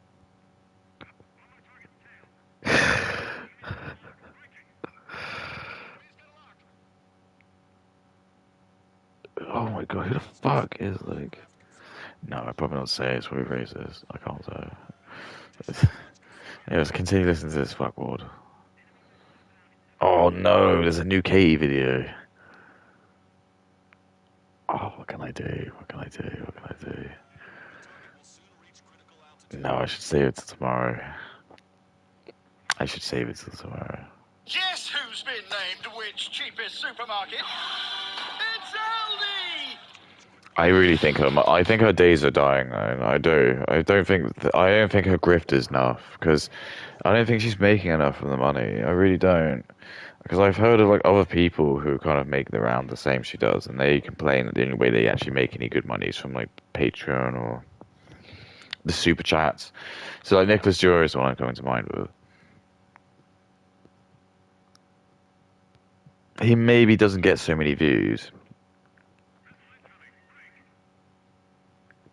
but I think he still gets more than Katie does because he's just American and he always just get bigger reach.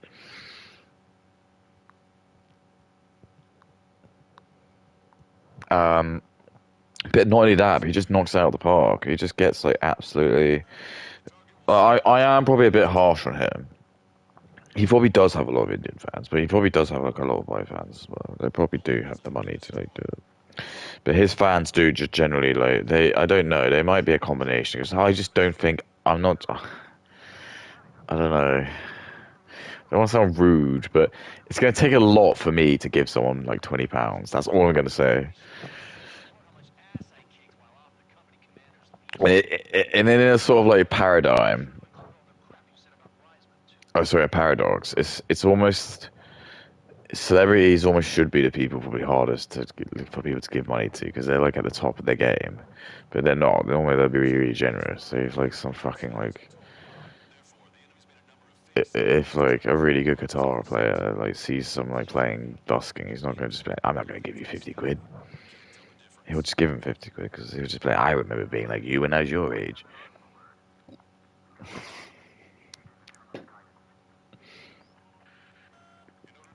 But I'm not rich, so, so I still have that high because I don't value my worth on money. So for me, that's the problem. I'm just like going to these people's chats, and they're like, "You're such a stingy fucker," and I'm like, "Well, I've got kids for one. None of these people have kids, so fuck you.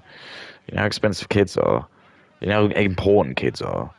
It's more important than anything of this. Anything we're doing now, my kids are more important. And we're just gonna have to. I'm just gonna set that line very clear. Like, I don't care if you're just some famous fuckhead. I don't care. Like, my kids are much more important than that. If you're gonna say input, what would you rather do? Ever watch YouTube? Would you get our kids? Always. Like, you can fuck more Pegasus and Asmongold. They can lick my massive ass.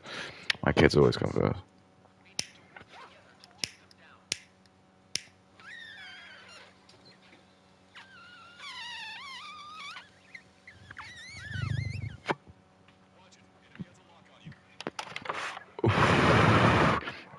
But that's one of these things. None of these freak bags are ever going to tell you. More Pegasus is never going to tell you the warm feeling you get when it's like Christmas Day and your kids run up to you and say, "Oh, it's Christmas," and they can say, "Daddy, Daddy, I'm so excited." That warms your heart. That's worth more than 1 billion pinball machines, 1,000 new SpongeBob episodes, 1 billion of like Hassan's dogs. I don't care. Like, you just cannot compete, and you can say anything you want, but it doesn't matter. You can have all the money you want, and I don't care.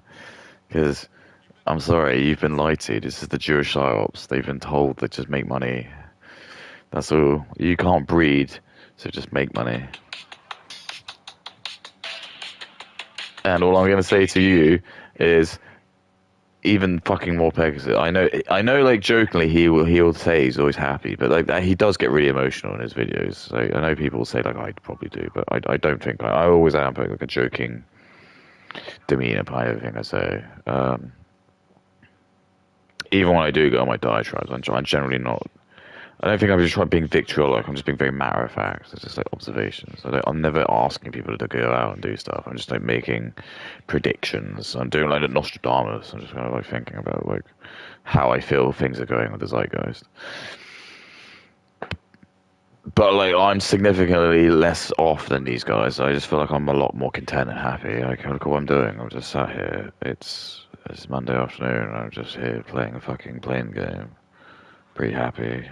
I'm not like don't need anything else. Don't desire anything else. Don't want a bigger TV. Don't necessarily want a comfier sofa. Don't need. It's not even that cold anymore. I'm not even wearing as many layers. So I don't know. Just this is the thing. This is this massive lie you've been told that if you just have loads of money, it's gonna make everything better. It makes some stuff better. I get it. I'm not like gonna sit and pretend that I'm not like in a good situation. I know I am. I am like aware of that, and that's why I know like how tough it is for people younger than me, which is why I'm never gonna give them any grief because I am always like considerate of that because. But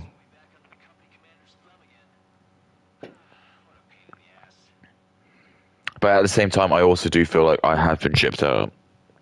I generally do feel like I've been shipped out. I'm not going to be annoyed because like I'm fine in terms of like where I am. I'm really happy I've got kids. That's like the one thing I was just so wanting to make sure I had children before I was 30, and I'm glad I did. I think I just about did that. I just about made that.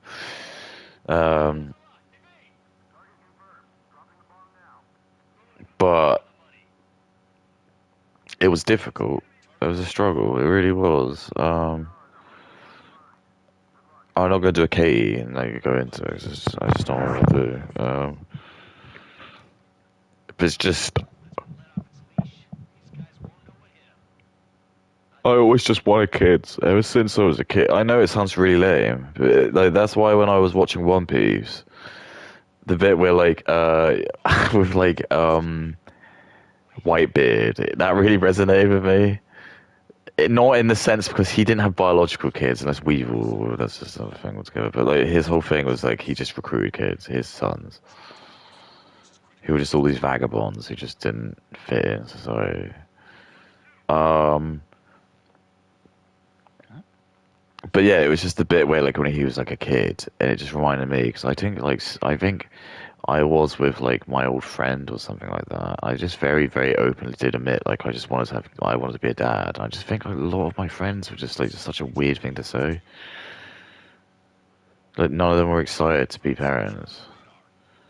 I don't follow them anymore because I just decided just to disregard them all because I just feel like they weren't really looking in my best interest. I just felt like they were kind of like more fair weather friends, if that makes sense. Just these, they were just kind of there, and it's like if I ever had an issue, they weren't really there to like help me.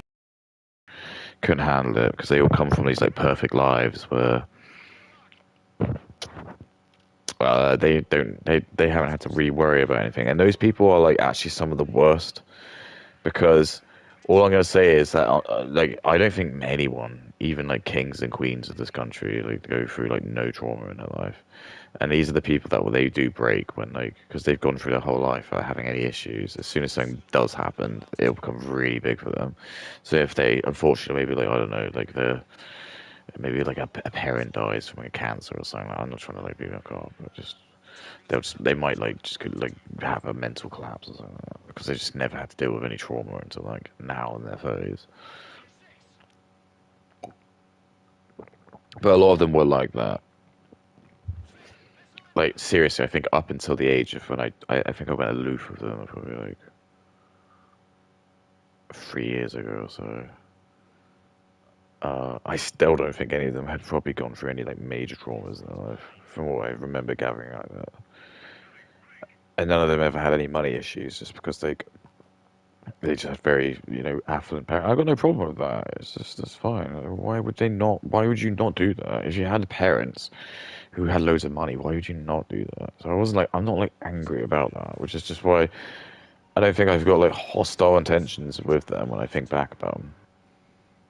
I just think we were friends at a moment and it worked, and I think because I had kids, that was the big thing for me. It was actually that I felt like I was just in a different part of my life, and I think a lot of them felt a bit not intimidated, a bit like awkward about that because it was like I seem to be the first of them to actually have a child. And I just think like that it does have a lot more responsibility, and just no one can ever take that away. It's like if someone's gonna ever say like, "Oh, I'm a dad," it's just wow, that's like really big shit. You're different now. You're not old input. You're now into, and it did change me. It has changed me.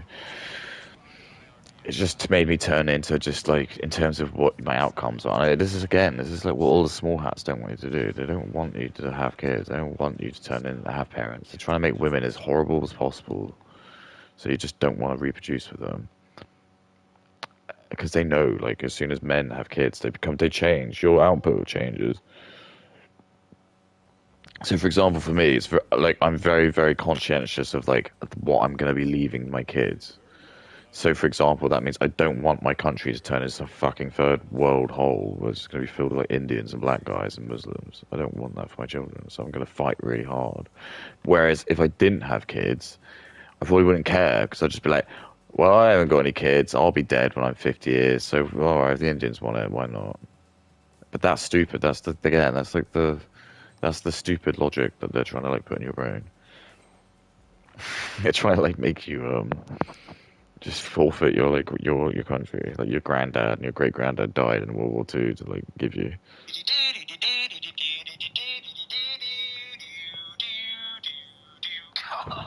Now let me do it. So this is I'm gonna crop this bit. I'm gonna crop this. But this is how I imagine his fans. This is his fans watching this. So imagine like you're Indian, you just finished work. This is what you do. I love Pokemon. Let me put this. I'm gonna come. That's it. Again, I'm not touching my penis. I'm not touching my penis.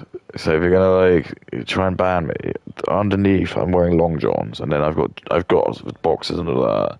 So I was pulling up my like stretchy pants, and under there is my long johns, and my hand is like above my long johns where my crotch is, and I'm just doing that. Like, so that's all it's doing. It's making a nice breeze down there, but I'm not touching my penis. I was not, and I'm not getting hard. It's nothing sexual about it. It's just a funny joke. The joke is, it's like his fans are just so, like, I don't know, caveman and so like low IQ that him doing do to the theme of the Pokemon music is just for him. That for his fans, that would be like big brain shit. That's like, that'd be amazing. You can imagine they're eating curry with their hands, and then they just got the phone and they're just laughing their ass off, and that bit happens. They're just still laughing, and that's like when the hot white women like look up in the table and they'd see like this like gross Indian dude just like eating with his hands, just stuffing rice and curry, and they'd be like, "Oh, what's he laughing at?" And I'll just ignore him.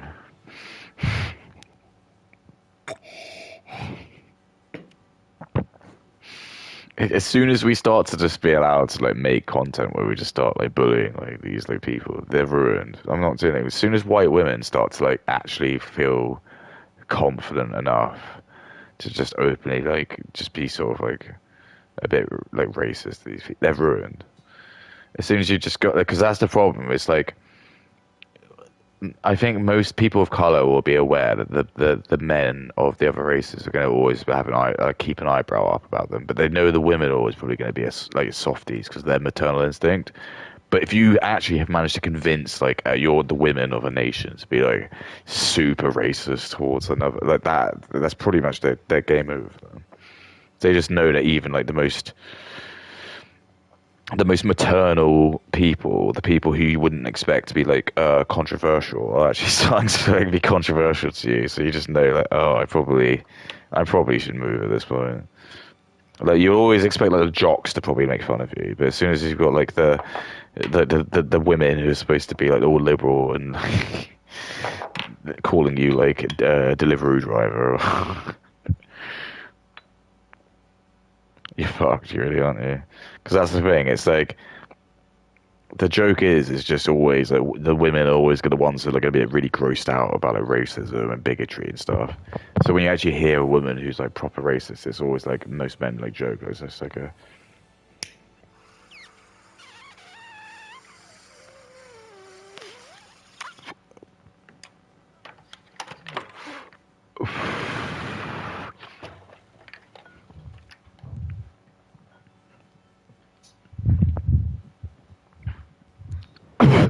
So like he's wearing like I don't again I don't want to brag but I do because again this is just why sometimes I think when people say they're rich it doesn't make a difference because I just think it doesn't make it matter because I just think money doesn't buy you class and also like where you are rich is really important. I think if you're like a millionaire, but you live in fucking like North Korea, that's bullshit because you're just the quality of life around you is shit. It's like fine, you might have a really nice mansion, but it's just gonna feel really vacant because you're just gonna like be in this big mansion and there's no community around you and everyone around you is gonna be really poor and you're probably gonna have like loads of security and stuff because everyone's gonna try and mug you and break into your place. It's just not fun. It's not good.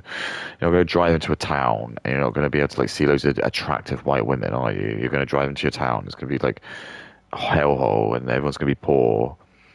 No white women, no attractive women. It's just all the attractive women are just fucked off.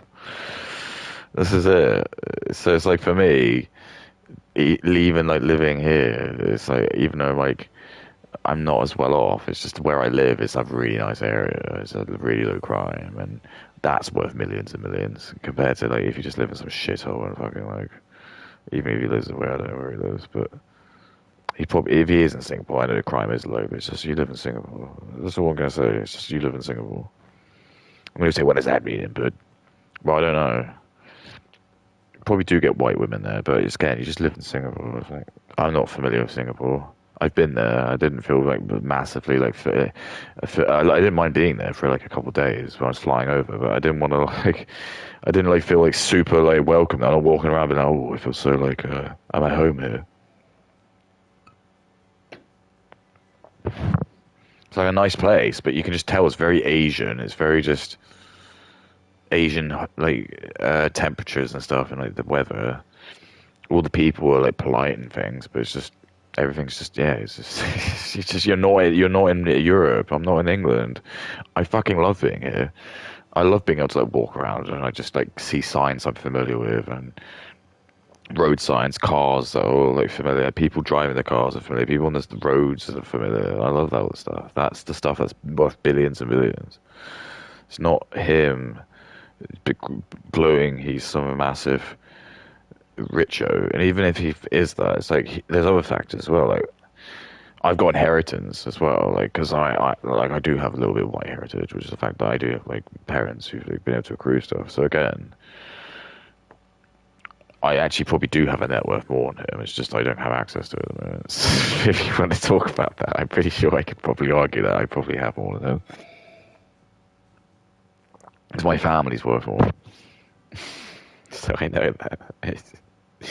He wants to be like a little twat and just be like, I got loads more money than you. I don't even know if that's necessarily true. I'm not the poorest person in the world. He probably is rich. I'm not going to like sit and pretend he isn't.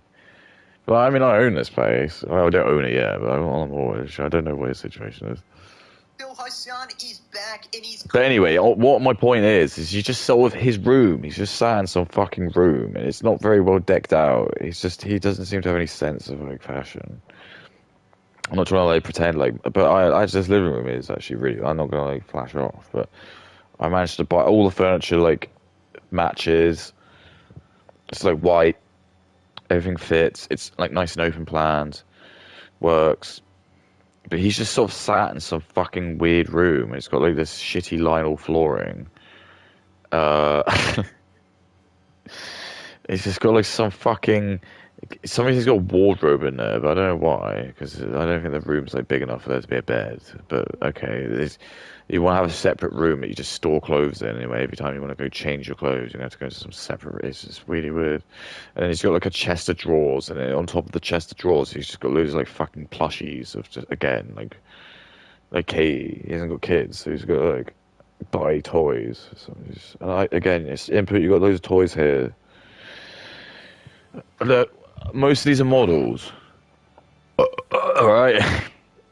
Most of these are models that I had to make. The Luffy toy, yeah, granted, I bought the Luffy toy from Forbidden Planet when I was like, oh god, I was like 13 or 14. So good effort, I kept it this whole time. It's like, he's got like actual rubber arms. Yeah, I remember buying it. I was like, he's kept it this whole time. I can't believe it. He's still got him. He's still there with his hat. I can't. Like, that's actually amazing. This like fucking like Luffy toy, but his hand's actually like stretched. So you want to do Gummo Gummo no? I don't want to do it because I'm scared I'll rip his I think his hand will actually like come off. And look, the hat comes off. Well, I literally bought this in Forbidden Planet. I remember where the shop was. It doesn't exist anymore. Like the chain still exists, but the actual shop doesn't. But I remember going in there with my friend, and I bought it. It was like £12 or something, which is expensive for like back then. And I remember when I bought it, we went back home. My friend was like, "Well, it was really cool. You managed to buy that doll when we were out." I was like, "Doll." But I just remember he kept using the word doll, like he was trying to shame me. I was like, it's not a fucking doll, you idiot. Like, even at that age, I didn't call him out at that time, but I just remember him saying, use the verb doll. It was like, it was very cool you were able to buy that doll. And I was like, it isn't a doll, dude. This is what I was thinking. I was like, it's not a doll. Why are you using the word doll? You know it's like obviously an action figure. Like, when you say the word doll, what does that mean to you? A doll, you just think of a woman doll, a girl doll, right? No way do you think a Luffy action figure is a doll. That's just not the right word. So him using that is just him trying to shame me. He was like trying to shame me that I bought a fucking anime toy when I was 13. Not even like when I was like 18 or 20. Like when I was like a teen. I know how old I was in my brain. I'm sorry I have a good memory, which apparently I don't have, but I do. And I was trying to get my dad, because my dad, well, I don't want to, he told me he did an IQ test when he went to like his school, because he went to a really good school. I was like, what did you get? He was like, I got like 137. I was like, I was like, what? He's like, I got 137. I was like, Dad, you do realise to get into Mensa's 135, right? He was like, is it? I was like, yeah. So why didn't they do anything? And I was like, I don't know. I just remembered them telling me that number, and I was like, I didn't really know what it meant, because obviously I was like, it only goes up to 160. And he also said he didn't really try. I mean, that doesn't really mean anything, I don't think.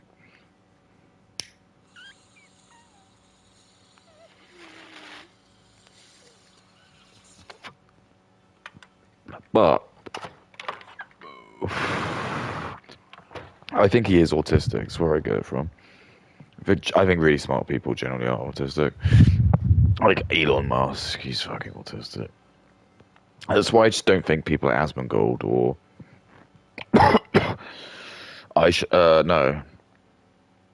Like Asmongold, Moist Critical aren't like autistic. Who would be autistic? You know, like Angry Nintendo Nerd. It's difficult to say because he's playing a character, but if you see him like when he's not in character, he's obviously like he just sounds like an autistic person. Chris Chan would be like a heavily autistic. He's on the stupid side, because there's like two sides of it. You get high functioning autism, like you know Elon Musk, like my dad. But then you get you get the ones who not, like Chris Chan or Rayman, I guess. Well, Rayman was different. He was like an idiot savant, so he was like in between. But the thing that my dad's able to do, which is just insane, is his memory. I keep saying to him, you need to get your test. You need to get your like a photographic memory test. He was like, there's no point. I don't want to do it. I said, well, I did one, and I boop. So I said, you should do one. And he just refuses to. But then every now and then I speak to him, and he will just recite. Like the other day, he can still remember his register from when he was in the school. And I was like, what? He's like, yeah, I can remember. And he just says, then I can't do it, but I could probably prove it. If I like next time I see him, I'm seeing him tomorrow actually. If I can be bothered to remember and write it down, I might do. But he can like literally remember them. I can't even do that. I'll tell you what, I could probably remember who was in my class, and then if you gave me a piece of paper, I could actually do it, but I would forget some people, I think. I think I have quite a good memory. I think I could, actually. If you gave me a pen and paper, I think I've got a picture in my head that's in my burn in my brain, which has got a picture of, like, me and everyone else in the class, and I can kind of remember. I reckon I get a good amount. I get like 80% of them. But he can actually just remember the list. But that's where I get it from. I get empathy from my mother. I don't really like that part.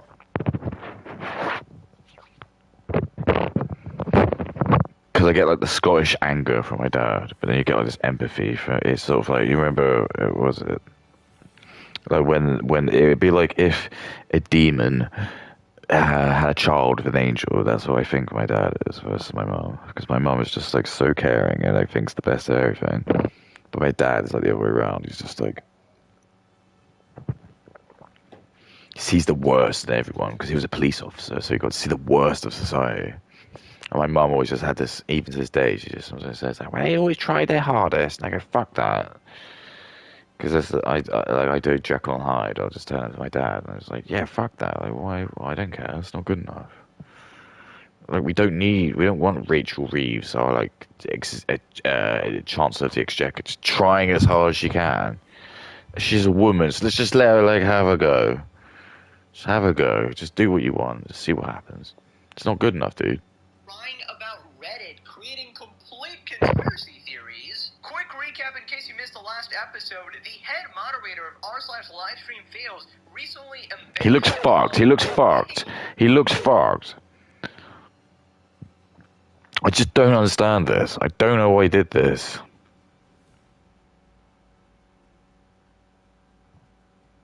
It just feels like a psyops because he just looks ridiculous.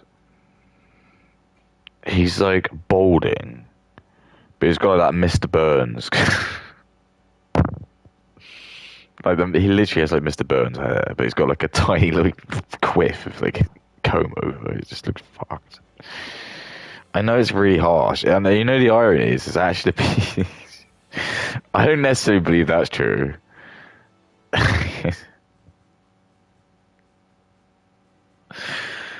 I know I've got quite high testosterone. I know I've got quite very high testosterone, but apparently a sign of high testosterone is you go bald, and I know a few men. Like my dad's like best friend. He's like a really tall bloke, and he's just again like a. You can tell he's like a dude. He's got loads because he was. Funny enough, he was my dad's boss. So you can think like as a copper, if my dad's a tough nut, you gotta be tougher than him. And he is. You can just like I just feel intimidated when I talk to him because he's like much taller. I mean, when you do talk to really tall people, it's like quite imposing. But not only that, he's just really confident in himself. So even if he's very loud. So he's just like, when he talks, everyone just like turns around and like listens to him talk.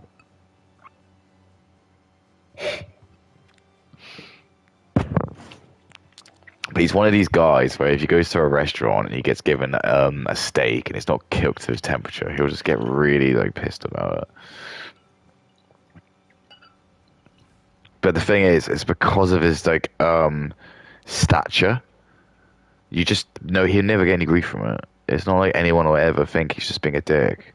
Because in all honesty, he's not being difficult. It's just he is just a man who he just wants things a certain way. So it's not like him being Indian or black and just trying to get like a discount. It's generally like usually it is because like he's gone to a restaurant, he's paying a good amount of money for a steak, and then they've like cooked it like not the right way. And I think like. That's what I'm just saying. Is that I think as white people, probably if I did that in a restaurant, I was there with my missus, I'd just be, I don't want to cause a scene. I don't mind it. To be fair, it's not actually that bad. It's not really that bad at all. I'd probably just accept it's still really tasty because a well done steak. Well, I would never get it like that. But if I asked it for it to be very rare, which is probably how I'd get it, or as close to blue as possible, I'd probably say. And I got it medium. I don't think I'd even notice. I'm not even like I don't even eat enough. I'm vegan anyway, but I'm just saying like I don't think I would even notice it. I'd probably just be so enamored by the quality of the cut that I'm eating. I'd just all the chips, the veg, me just being there with my that sort of stuff. Would just probably dull that part. But he's obviously just someone who's a foodie, so fine.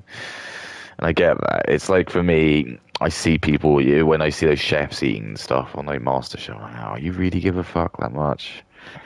They're just hamming this up. You don't really know that, but there's probably some there is like a level of nuance to it. You can honestly eat stuff and like if it's too salty or it's just in it, you're gonna like wince if it's not nice. Or something's too sweet. But I just know that and I always think it's a dangerous territory to go because it's just if you take food back and you got the chef now's making it again, you gotta just fucking pray they're not gonna spit in your food or some shit. You know what I mean? Part of me thinks they wouldn't because they're on tenterhooks.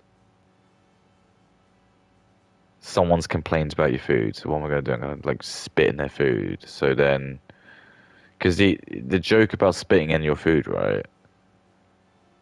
It's- if you're going to spit in someone's food, all I'm going to say to you is you fucking had better. It's like if you go for the king, you better not miss. You better make sure they never find out. Because if they find out, you are in hell. You're gonna like your restaurant will probably get shut down. You'll get sued to Kingdom Come. You might even go to prison. That's what I'm saying. That's one of those like. Remember when I was talking about the bell graph, the bell chart, the bell chart of people you fuck with. You're doing like IQ, the people you fuck with. At the bottom, you have like the low IQ people, and then again you have like the high, like the like people 100 over 135. They're the people you don't fuck with. And then in the middle, the bell graph, where you've got like that sort of like 80 to 90 to 100, and then you've got like the 100 to 110 to 20. You can fuck with them. And then my logic being is, I'm just trying to think of like shows where, I guess like Saw, but they obviously didn't know Jigsaw who he was, but like when they fucked with, I've forgotten what his name was in John. I think his name's just John. They give him like a really boring name. Jigsaw. I think they just like when people fuck with him. I don't think they. To be fair, I don't think they realize how smart he is. But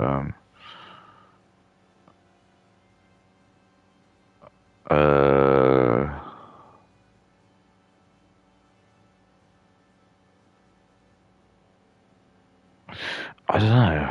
I've drawn a blank of like smart people who've been fucked with and they've gotten like payback. I'm sure there's like loads of them, but I just think like you just don't. Why would you do that? And it's the same with the stupid people. You just don't want to do that either because they could just be mentally deranged. And it's the same with like what's happening with the culture because this is what I'm saying as well. If we're going to look on both ends of those bell graphs, the smarter people, they're not going to do that. They'll be too above watching these like average streamers. Like, smart people don't want to watch people really more stupid than them. They might do if it's funny or it's interesting, but generally if it's just opinions, probably not, because it's just going to be like really like there's going to be like just going to be like stuff that like I don't really care about. Maybe just more about like social stuff. So what I think is just, I guess, like it's the more like probably when you're like 100 IQ being average, just like you really want to just fit in society. You want to be a gear, you want to be a cog. If you're like 110, you're probably like more worried about social standings and like where you are in society.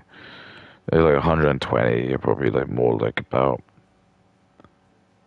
trying to make sure that you can kind of contribute and maybe have a bit of wealth behind you.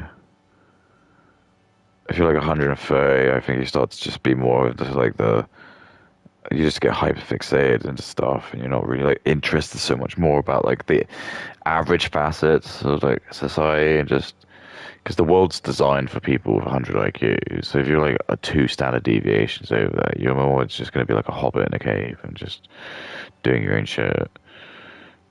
Then you go into like the 140 territory, you're just going to probably again, it's probably just more trying to just be happy. You just realize that really the best thing you can do in life is to just be happy and just whatever you find that makes you happy, go for that.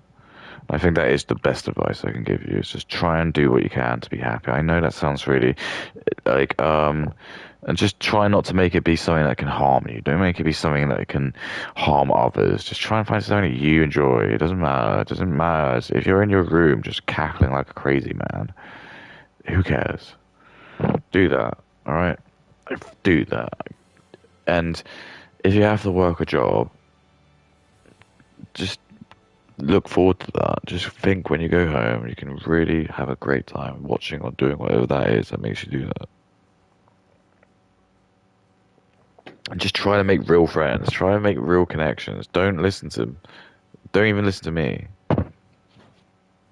Um, go out and make real friends. Go and try and like, just don't listen to other people. Too many people do that. You just like hang on the words of other people. Do that. So much money have I got?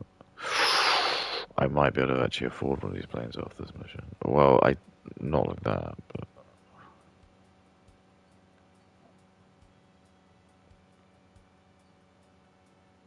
homing bombs.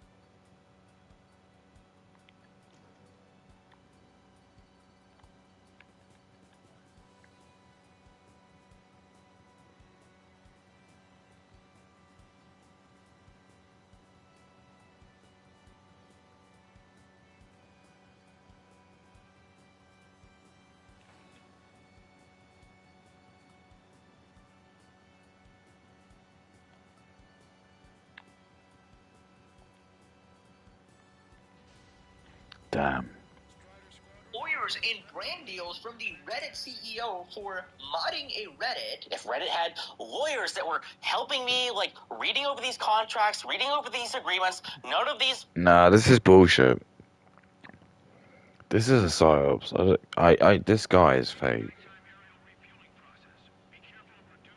Oh, I haven't done a nighttime mission. I mean, this doesn't even feel like true.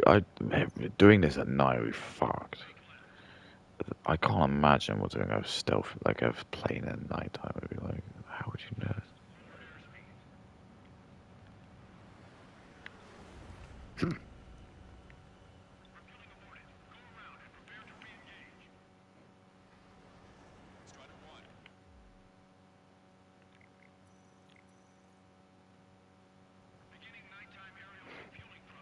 I don't know what the point is of this. I'm going to be really honest with you. Like, what do you get doing it?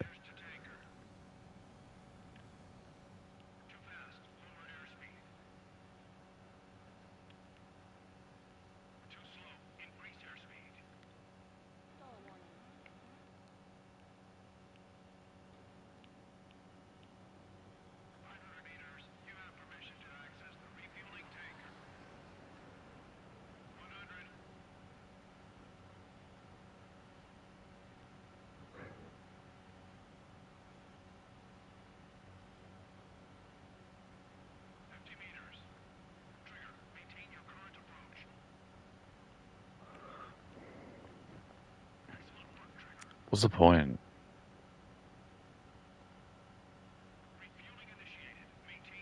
It's cool though. I mean, I don't hate they did it. It's just fine. I think I like it. It's fine. It's still like one of the best missions to this day. It's sad. Is the one from Battlefield. I think everyone knows exactly what I'm going to. It was like Battlefield 3, I think, or 4, 3, I think. I think it's 3. It was like the one where like that's some reason I decided to play the one player of that. I'm so glad I did, because every mission was a joy. It was basically like every mission they just essentially they made you like a different person, and you're just in like a completely different like part of the military. So the first mission you were just like the grunt. I don't like I suppose you use it, but you're just like a soldier, just sort of in the front line in some Middle Eastern country. And I think there was like you're trying to like find these bombs in schools and stuff, and it just felt very like real to like life. And I remember it did really bolster the sort of the destruction of scenery and stuff.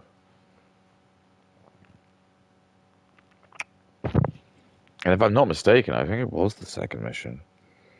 The second mission is just literally sick. It was so good. The game just starts off and you're like you're just some guy who wakes up in like a bunk bed, and you're just hearing all these alarms go off.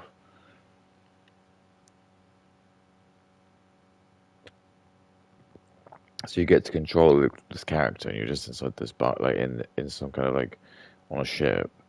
And I remember I was playing it when I was on a ship, so it was like even more cool. I was like, whoa, this is so real to actually what a ship's like. Like all the door frames look the same. Because they're not like square, they're like these like strange, like a sort of circle shape. And I just made it metal. And you just walk through the ship, and you can like go in the cabin, you can have a good look around all the stuff there. And then like, I think you have to like don your suit and stuff.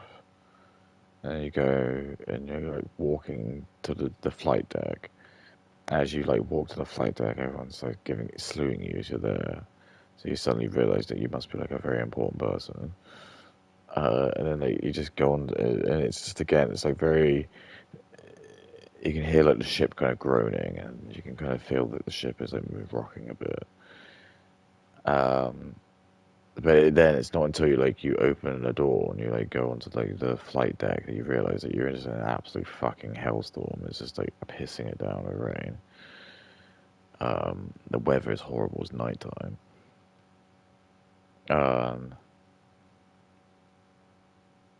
So then you like go on the deck, and you're just like getting peppered with this rain, and then you're getting chaperoned to like you just see just some jets being there, and you're like, okay, I'll see my jet fire, and then you get to see yourself like you just go on the steps to get into the jet fire, and then yourself being bolted up and belted in.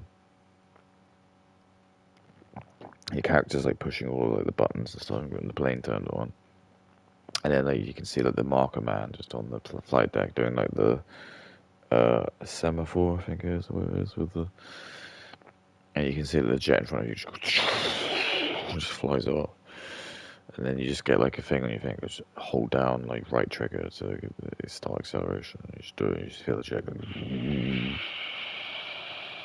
And then it's like got the catapult, so you just get like pushed forward with like the catapult. It was just so cool. It was so cool. And as soon as you get off the aircraft carrier, you can just feel like how fast you are, because the aircraft carrier just gets tinier and tinier. You just sort of realize like where you used to be. And then you go into the clouds. And then once you like come out of the clouds, it's no longer raining, and you just have a dogfight. And it was so sick. It was just so fun. It was like that was like a next gen mission. I'll just never forget it. It was so good. They just did it perfectly. They need to just do more shit like that. It can't be that difficult to do.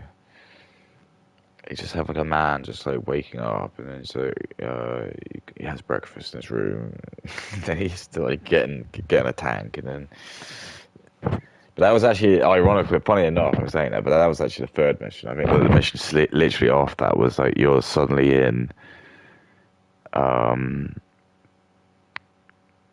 you're in like a tank, and I think you're in like a desert area, but you're in like a fleet of tanks, and you just have to like you get to like be inside the tank, and you just get to see like the really cool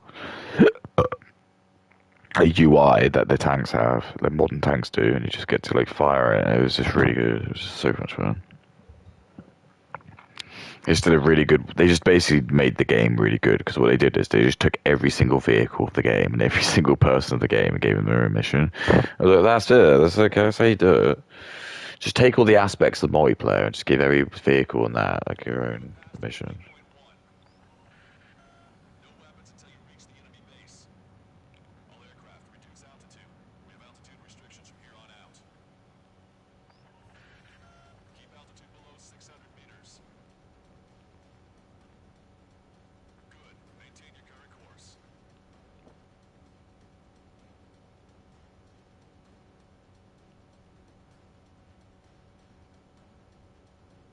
Searchlight up ahead. Watch for it.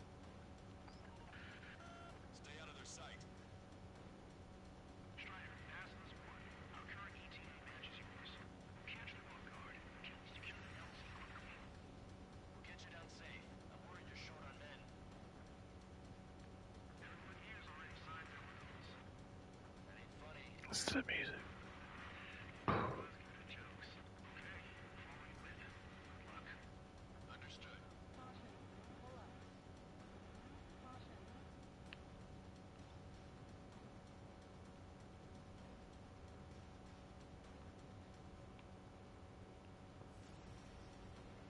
I watch porn.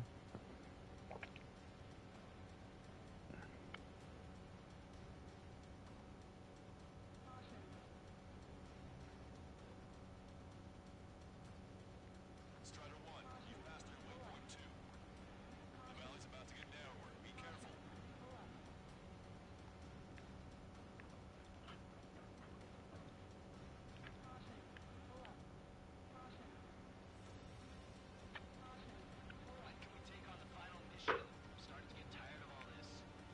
This is the last step, Count. We'll take the enemy base and use it as a bridgehead. Watch yourselves out there. We're going to need all of you in for a bounty. Now, Wiseman here clearly wants to give orders like they're the company commander himself. The best thing about Strider Squadron is our leader keeps his mouth shut.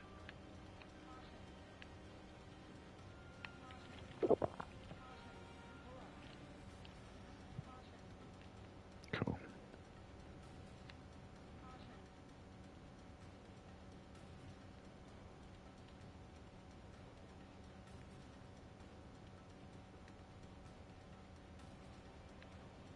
Oh, good.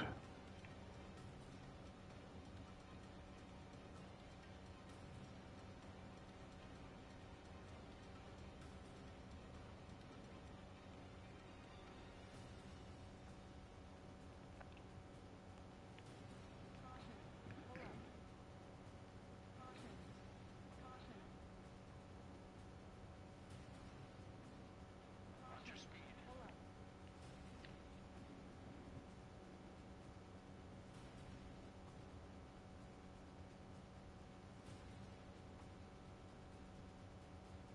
You've passed waypoint 3.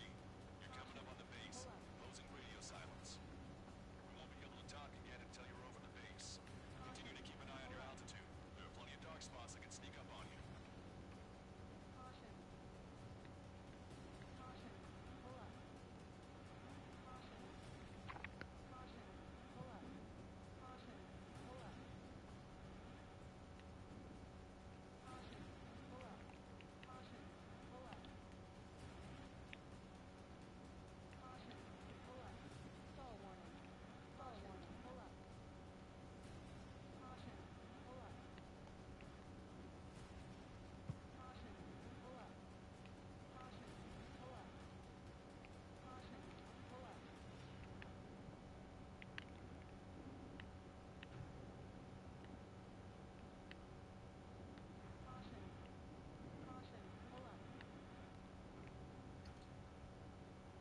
You just passed through waypoint 4. Radio silence has been lifted. You're almost at the base. We made it. That was quite the roller coaster ride. Visual confirmation on the airbase. Reach destination. Commence the attack. It's time for their wake-up call. The longer it takes, Poor did it. Lick my giant dick.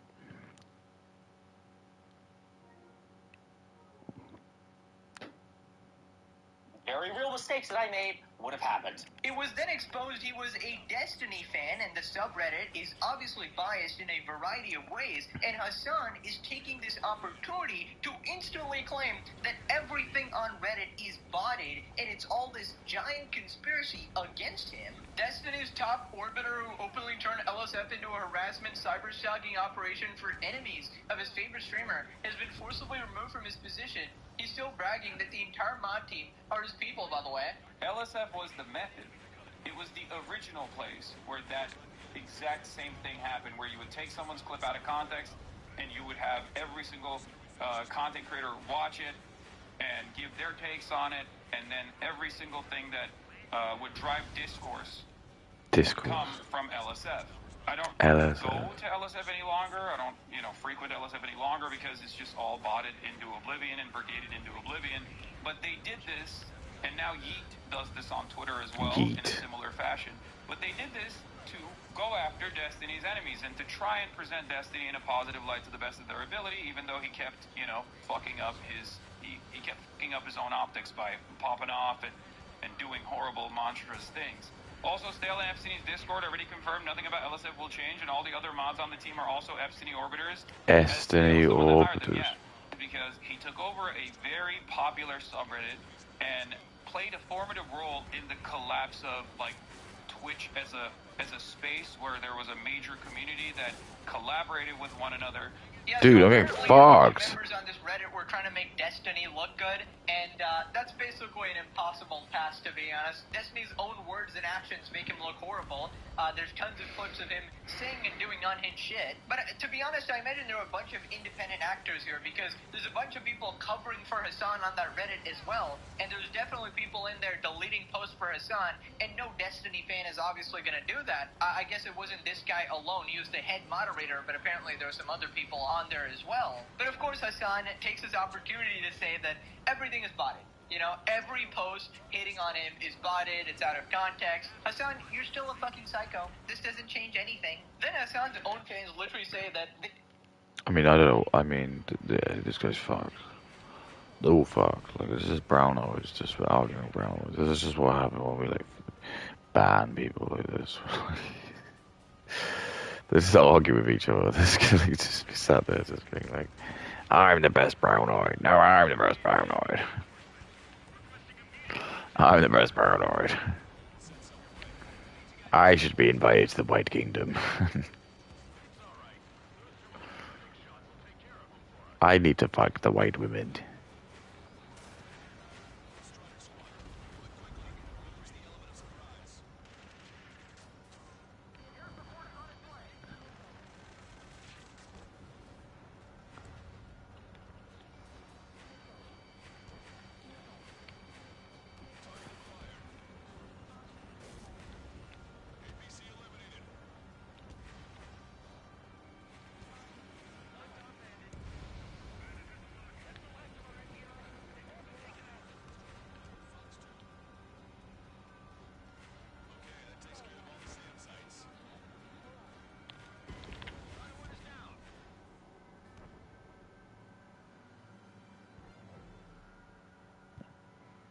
That was pretty unlucky, wasn't it? I got that.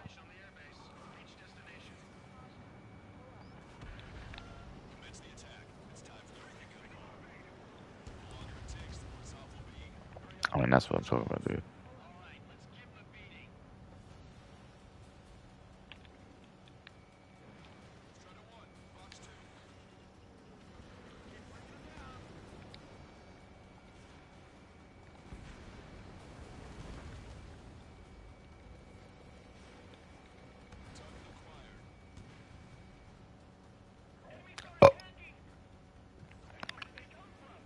Uh-oh.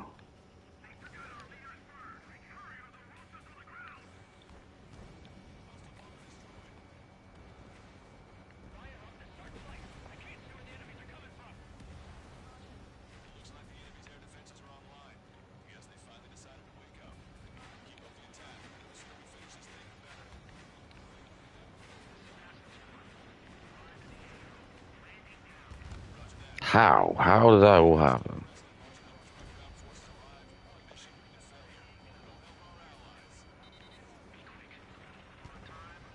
Like, that's not what locked on means.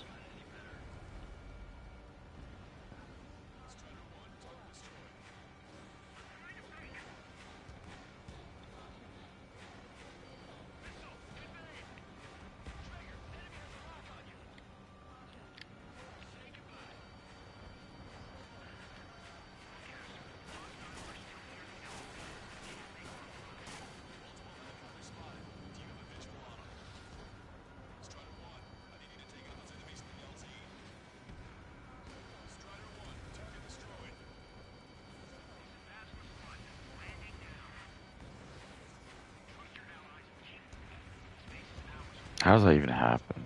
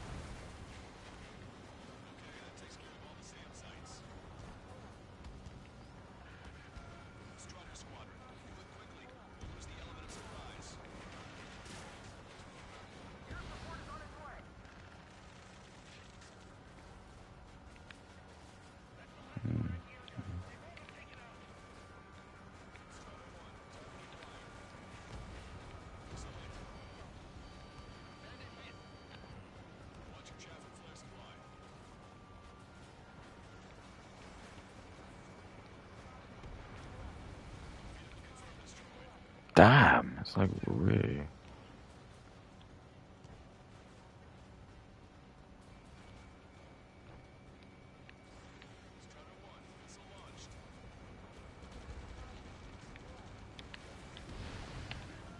That was very stupid.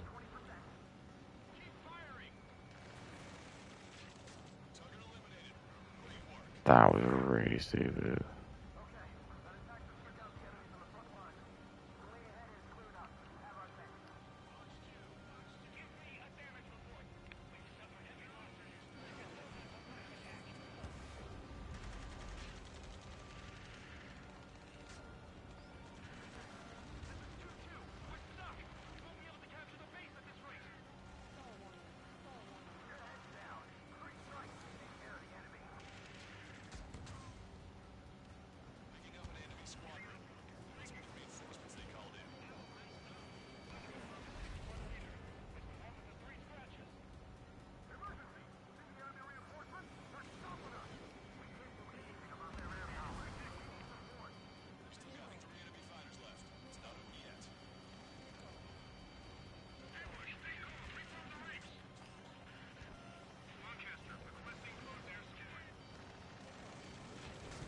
Great work.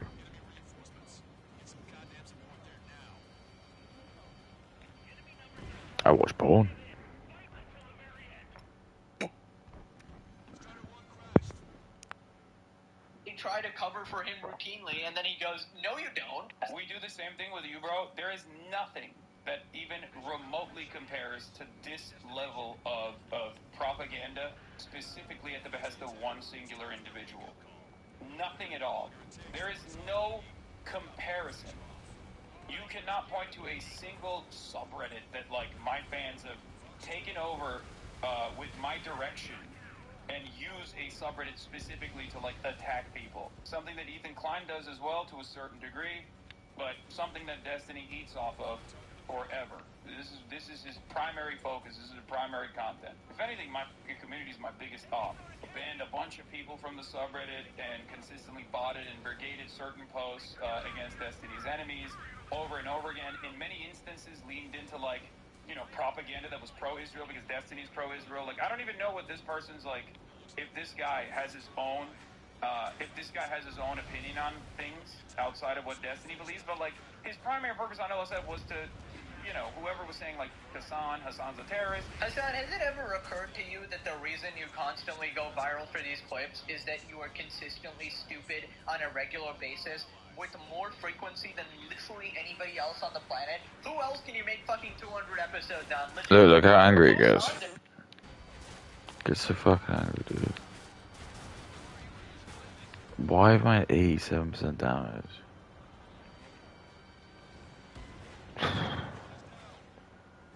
That are shitting on Asmongold as well, and a bunch of other people, to be honest. And obviously, there's going to be some bias in there. Look at him. He's got his, like, his hair gel. He looks dope. He looks so badass, man. Probably gets like much hot girls than I would. Probably like bangs like fucking the hottest women you ever met. He's like a little Indian gel there. It looks fucking dope, man. All the Indians are really gel also. Oh yes, ma'am, we can live vicariously for you. Maybe you sleep with white women, you send us pictures of her naked. You do that for me, Wingnut? Oh yes, father, I will do that for you. That's what they do, man. And you think, oh, that's racist, it's because you're a little pussy, dude. You're just a little pussy. You're a little pussy. Why do you want this bug dude to, like, be better than you? Like, why do you want that? Do you think that's how the world should work? Do you want him to rule the world with you? Do you want him to have some fucking ugly kids? No, of course you don't. Don't be fucked.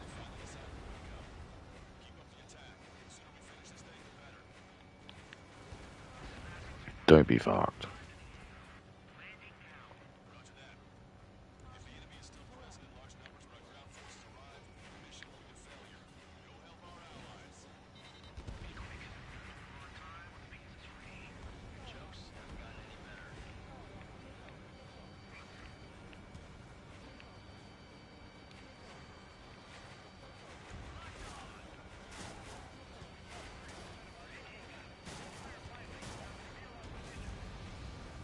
48.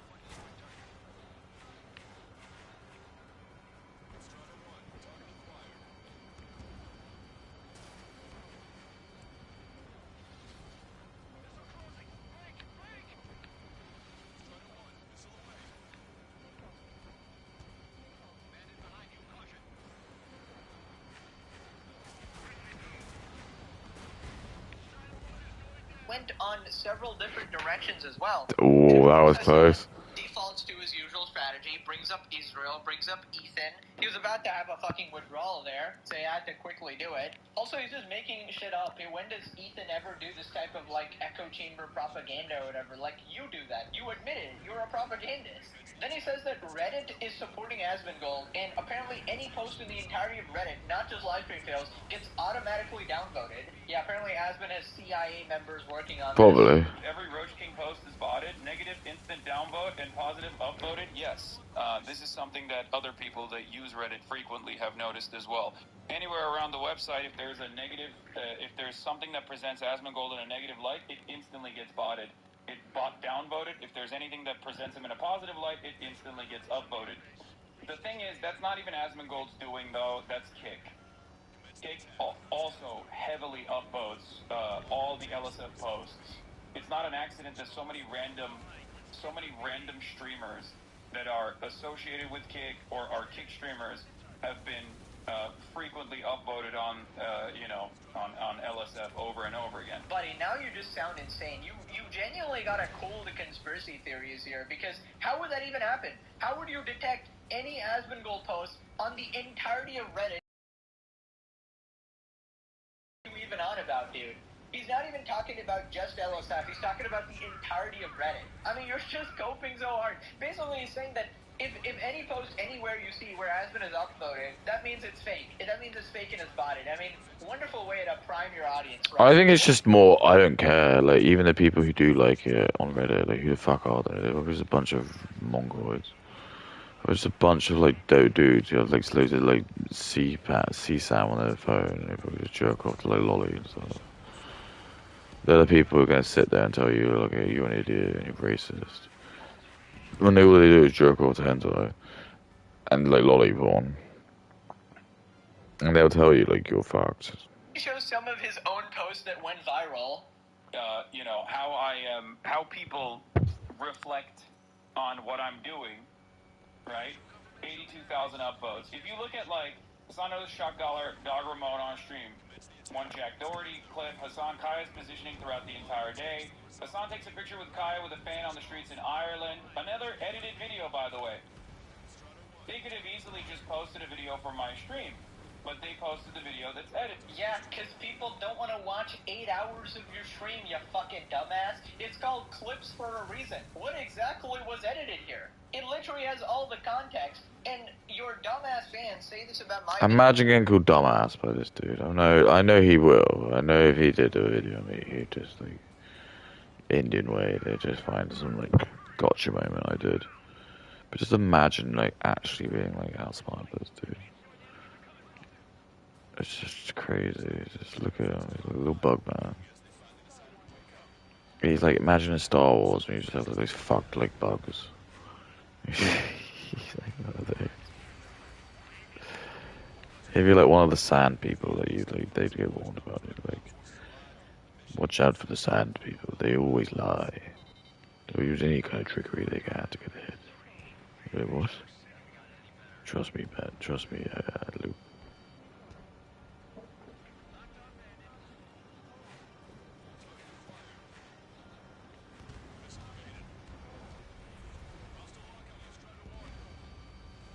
Trust me, Luke.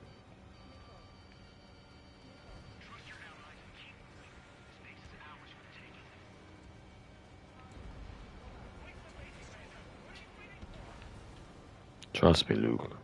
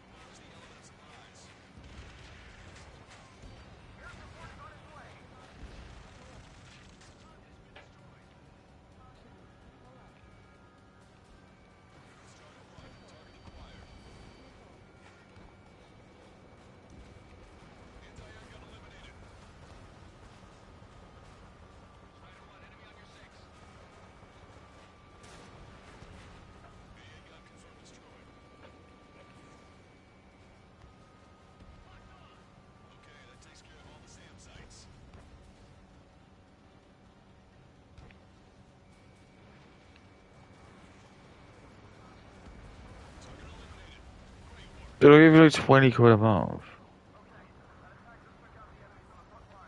Alright.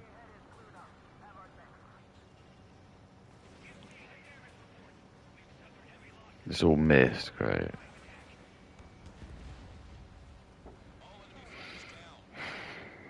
Stu, oh, it's edited.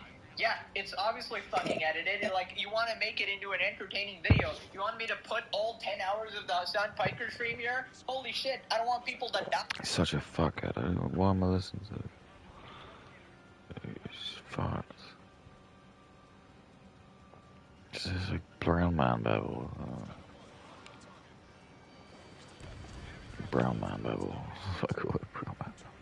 It's my granddad would call it. Like, why are you listening to brown man on the internet? I don't know, granddad. That's a good point. Why does he keep playing SpongeBob? He didn't even. It's people didn't invent that. I don't know. He's obsessed with it. I think it's because they're not like people. He loves it. What does that mean? I don't know.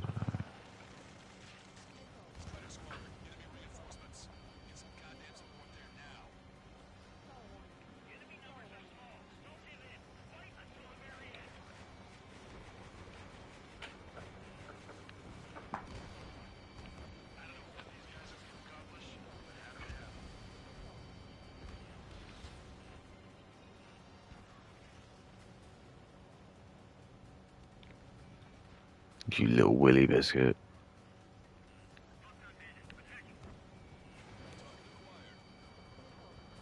A dick.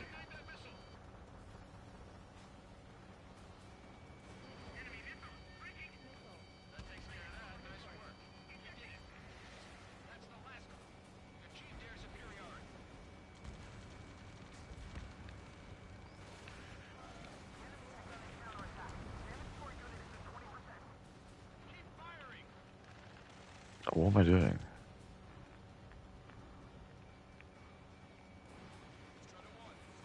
Oh, I'm just killing these dudes.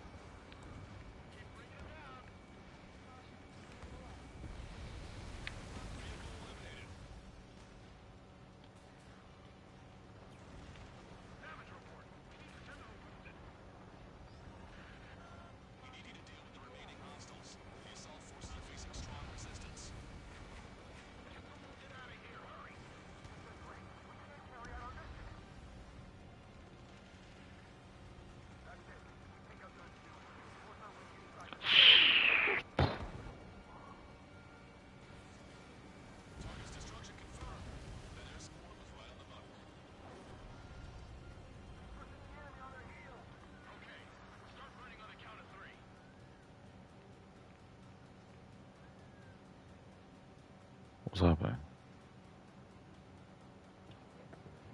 Did I do it?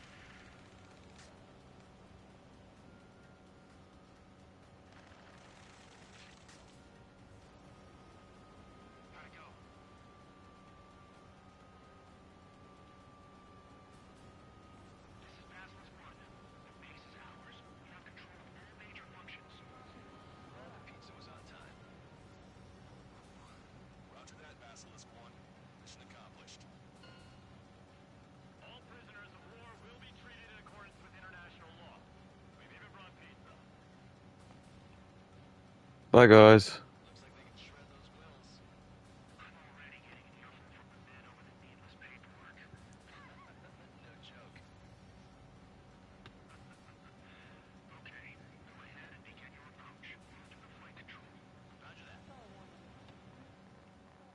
$12,000.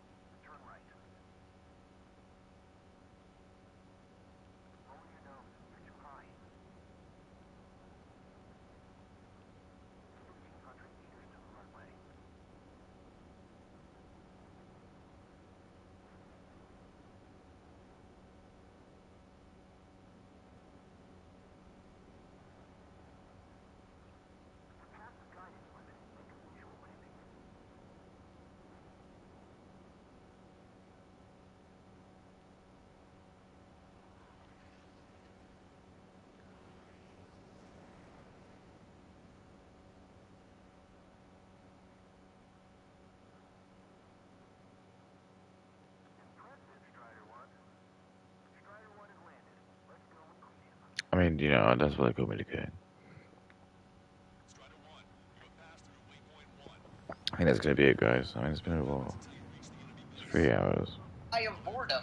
I don't want them to lose all their brain cells. You gotta cut it up a little bit. Also, what Hassan won't mention here is that in every single clip ever, he talks Look at him. excruciatingly slowly, and there's a 2-second pause between every single one of his words. Like, every few words, he'll just pause. Are you kidding me? I mean, this guy can't talk. He's still talking slower than I am. Because he knows he's got Indian fans and they can't do it. That's why they won't listen to me, because they just won't understand me. Some of the words they won't really get. They just won't. If I say fathom, they won't understand what fathom means. What does fathom mean? What does it mean 6 foot? What does that mean? Because, I don't know, like, his brain is so slow at His operating, brain is like so legitimately slow. It's like insufferable to watch. So you out gotta the edit out silence all and these. they go, Well, I saw. that. Okay. Yeah, You dumbass. It was Hassan there, dumbass. You know, kicking a bite of his goddamn food. You screwed the post and it scrolls. I can't believe I'm on it. You're the only one who shoved your dog, buddy. No one else that. Obviously, you're gonna go viral for that. People have censored sounds in the LA first deleted. LA streamer. Like, how can you possibly argue, oh, this is a Destiny Reddit or whatever, That's how when they're fast I can literally go. deleting posts regarding you, right? So then Hassan starts begging Reddit to go after Ethan Klein, trying to silence his critics. Hassan Silence his begs Reddit to critics. take care of LSF in the H3H3 subreddit for him. Reddit, good job. Go clean up H3H3 Productions. Yeah, it seems to me like they're cleaning house, okay? Shouts out to Reddit. Hey, yo, Reddit, good job. You got a W here. I mean, you got more W's that you could work on, you know? Go after the Ethan Klein H3H3 production subreddit next, please, okay? My life is yours. I will literally... Okay, I mean, what do you want me to say, dude? Want me to touch my penis? Want me to rub my nut? Want me to play with my balls? Want me to suck a big dick? Who's the other dude? Like, I want to know who that guy is. Dude, look at this shit. This is like next level stuff. But this is the stuff the gods. Look at this. This is too good,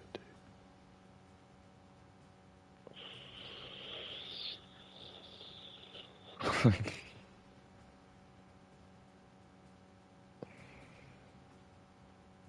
Just turn the jet on a little bit.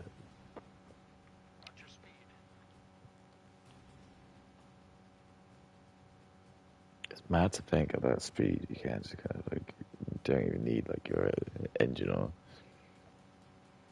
You passed waypoint 3. You're coming up on the base. Closing radio silence. We won't be able to talk again until you're over the base. Continue to keep an eye on your altitude. There are plenty of dark spots that can sneak up on you.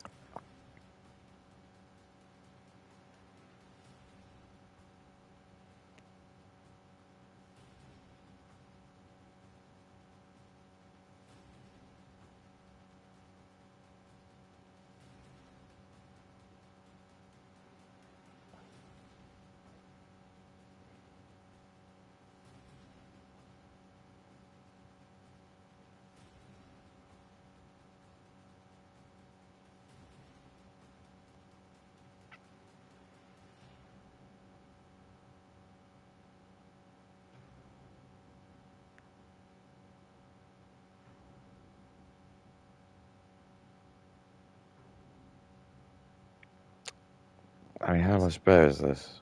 Reddit, I know you and I have not exactly seen eye to eye on issues, okay? Let me get up close and personal with you, okay? Let me get up close and personal with you, Reddit. Ew.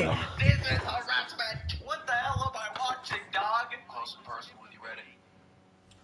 Ghislaine Maxwell may have been a top moderator in world news, you know, all of these other big subreddits that are news aggregation platforms are actually aggregating Atlantis' NATO, Atlantis' talking points. But let me tell you something, Reddit, you fucking clean up LSF and you Poisoning the world.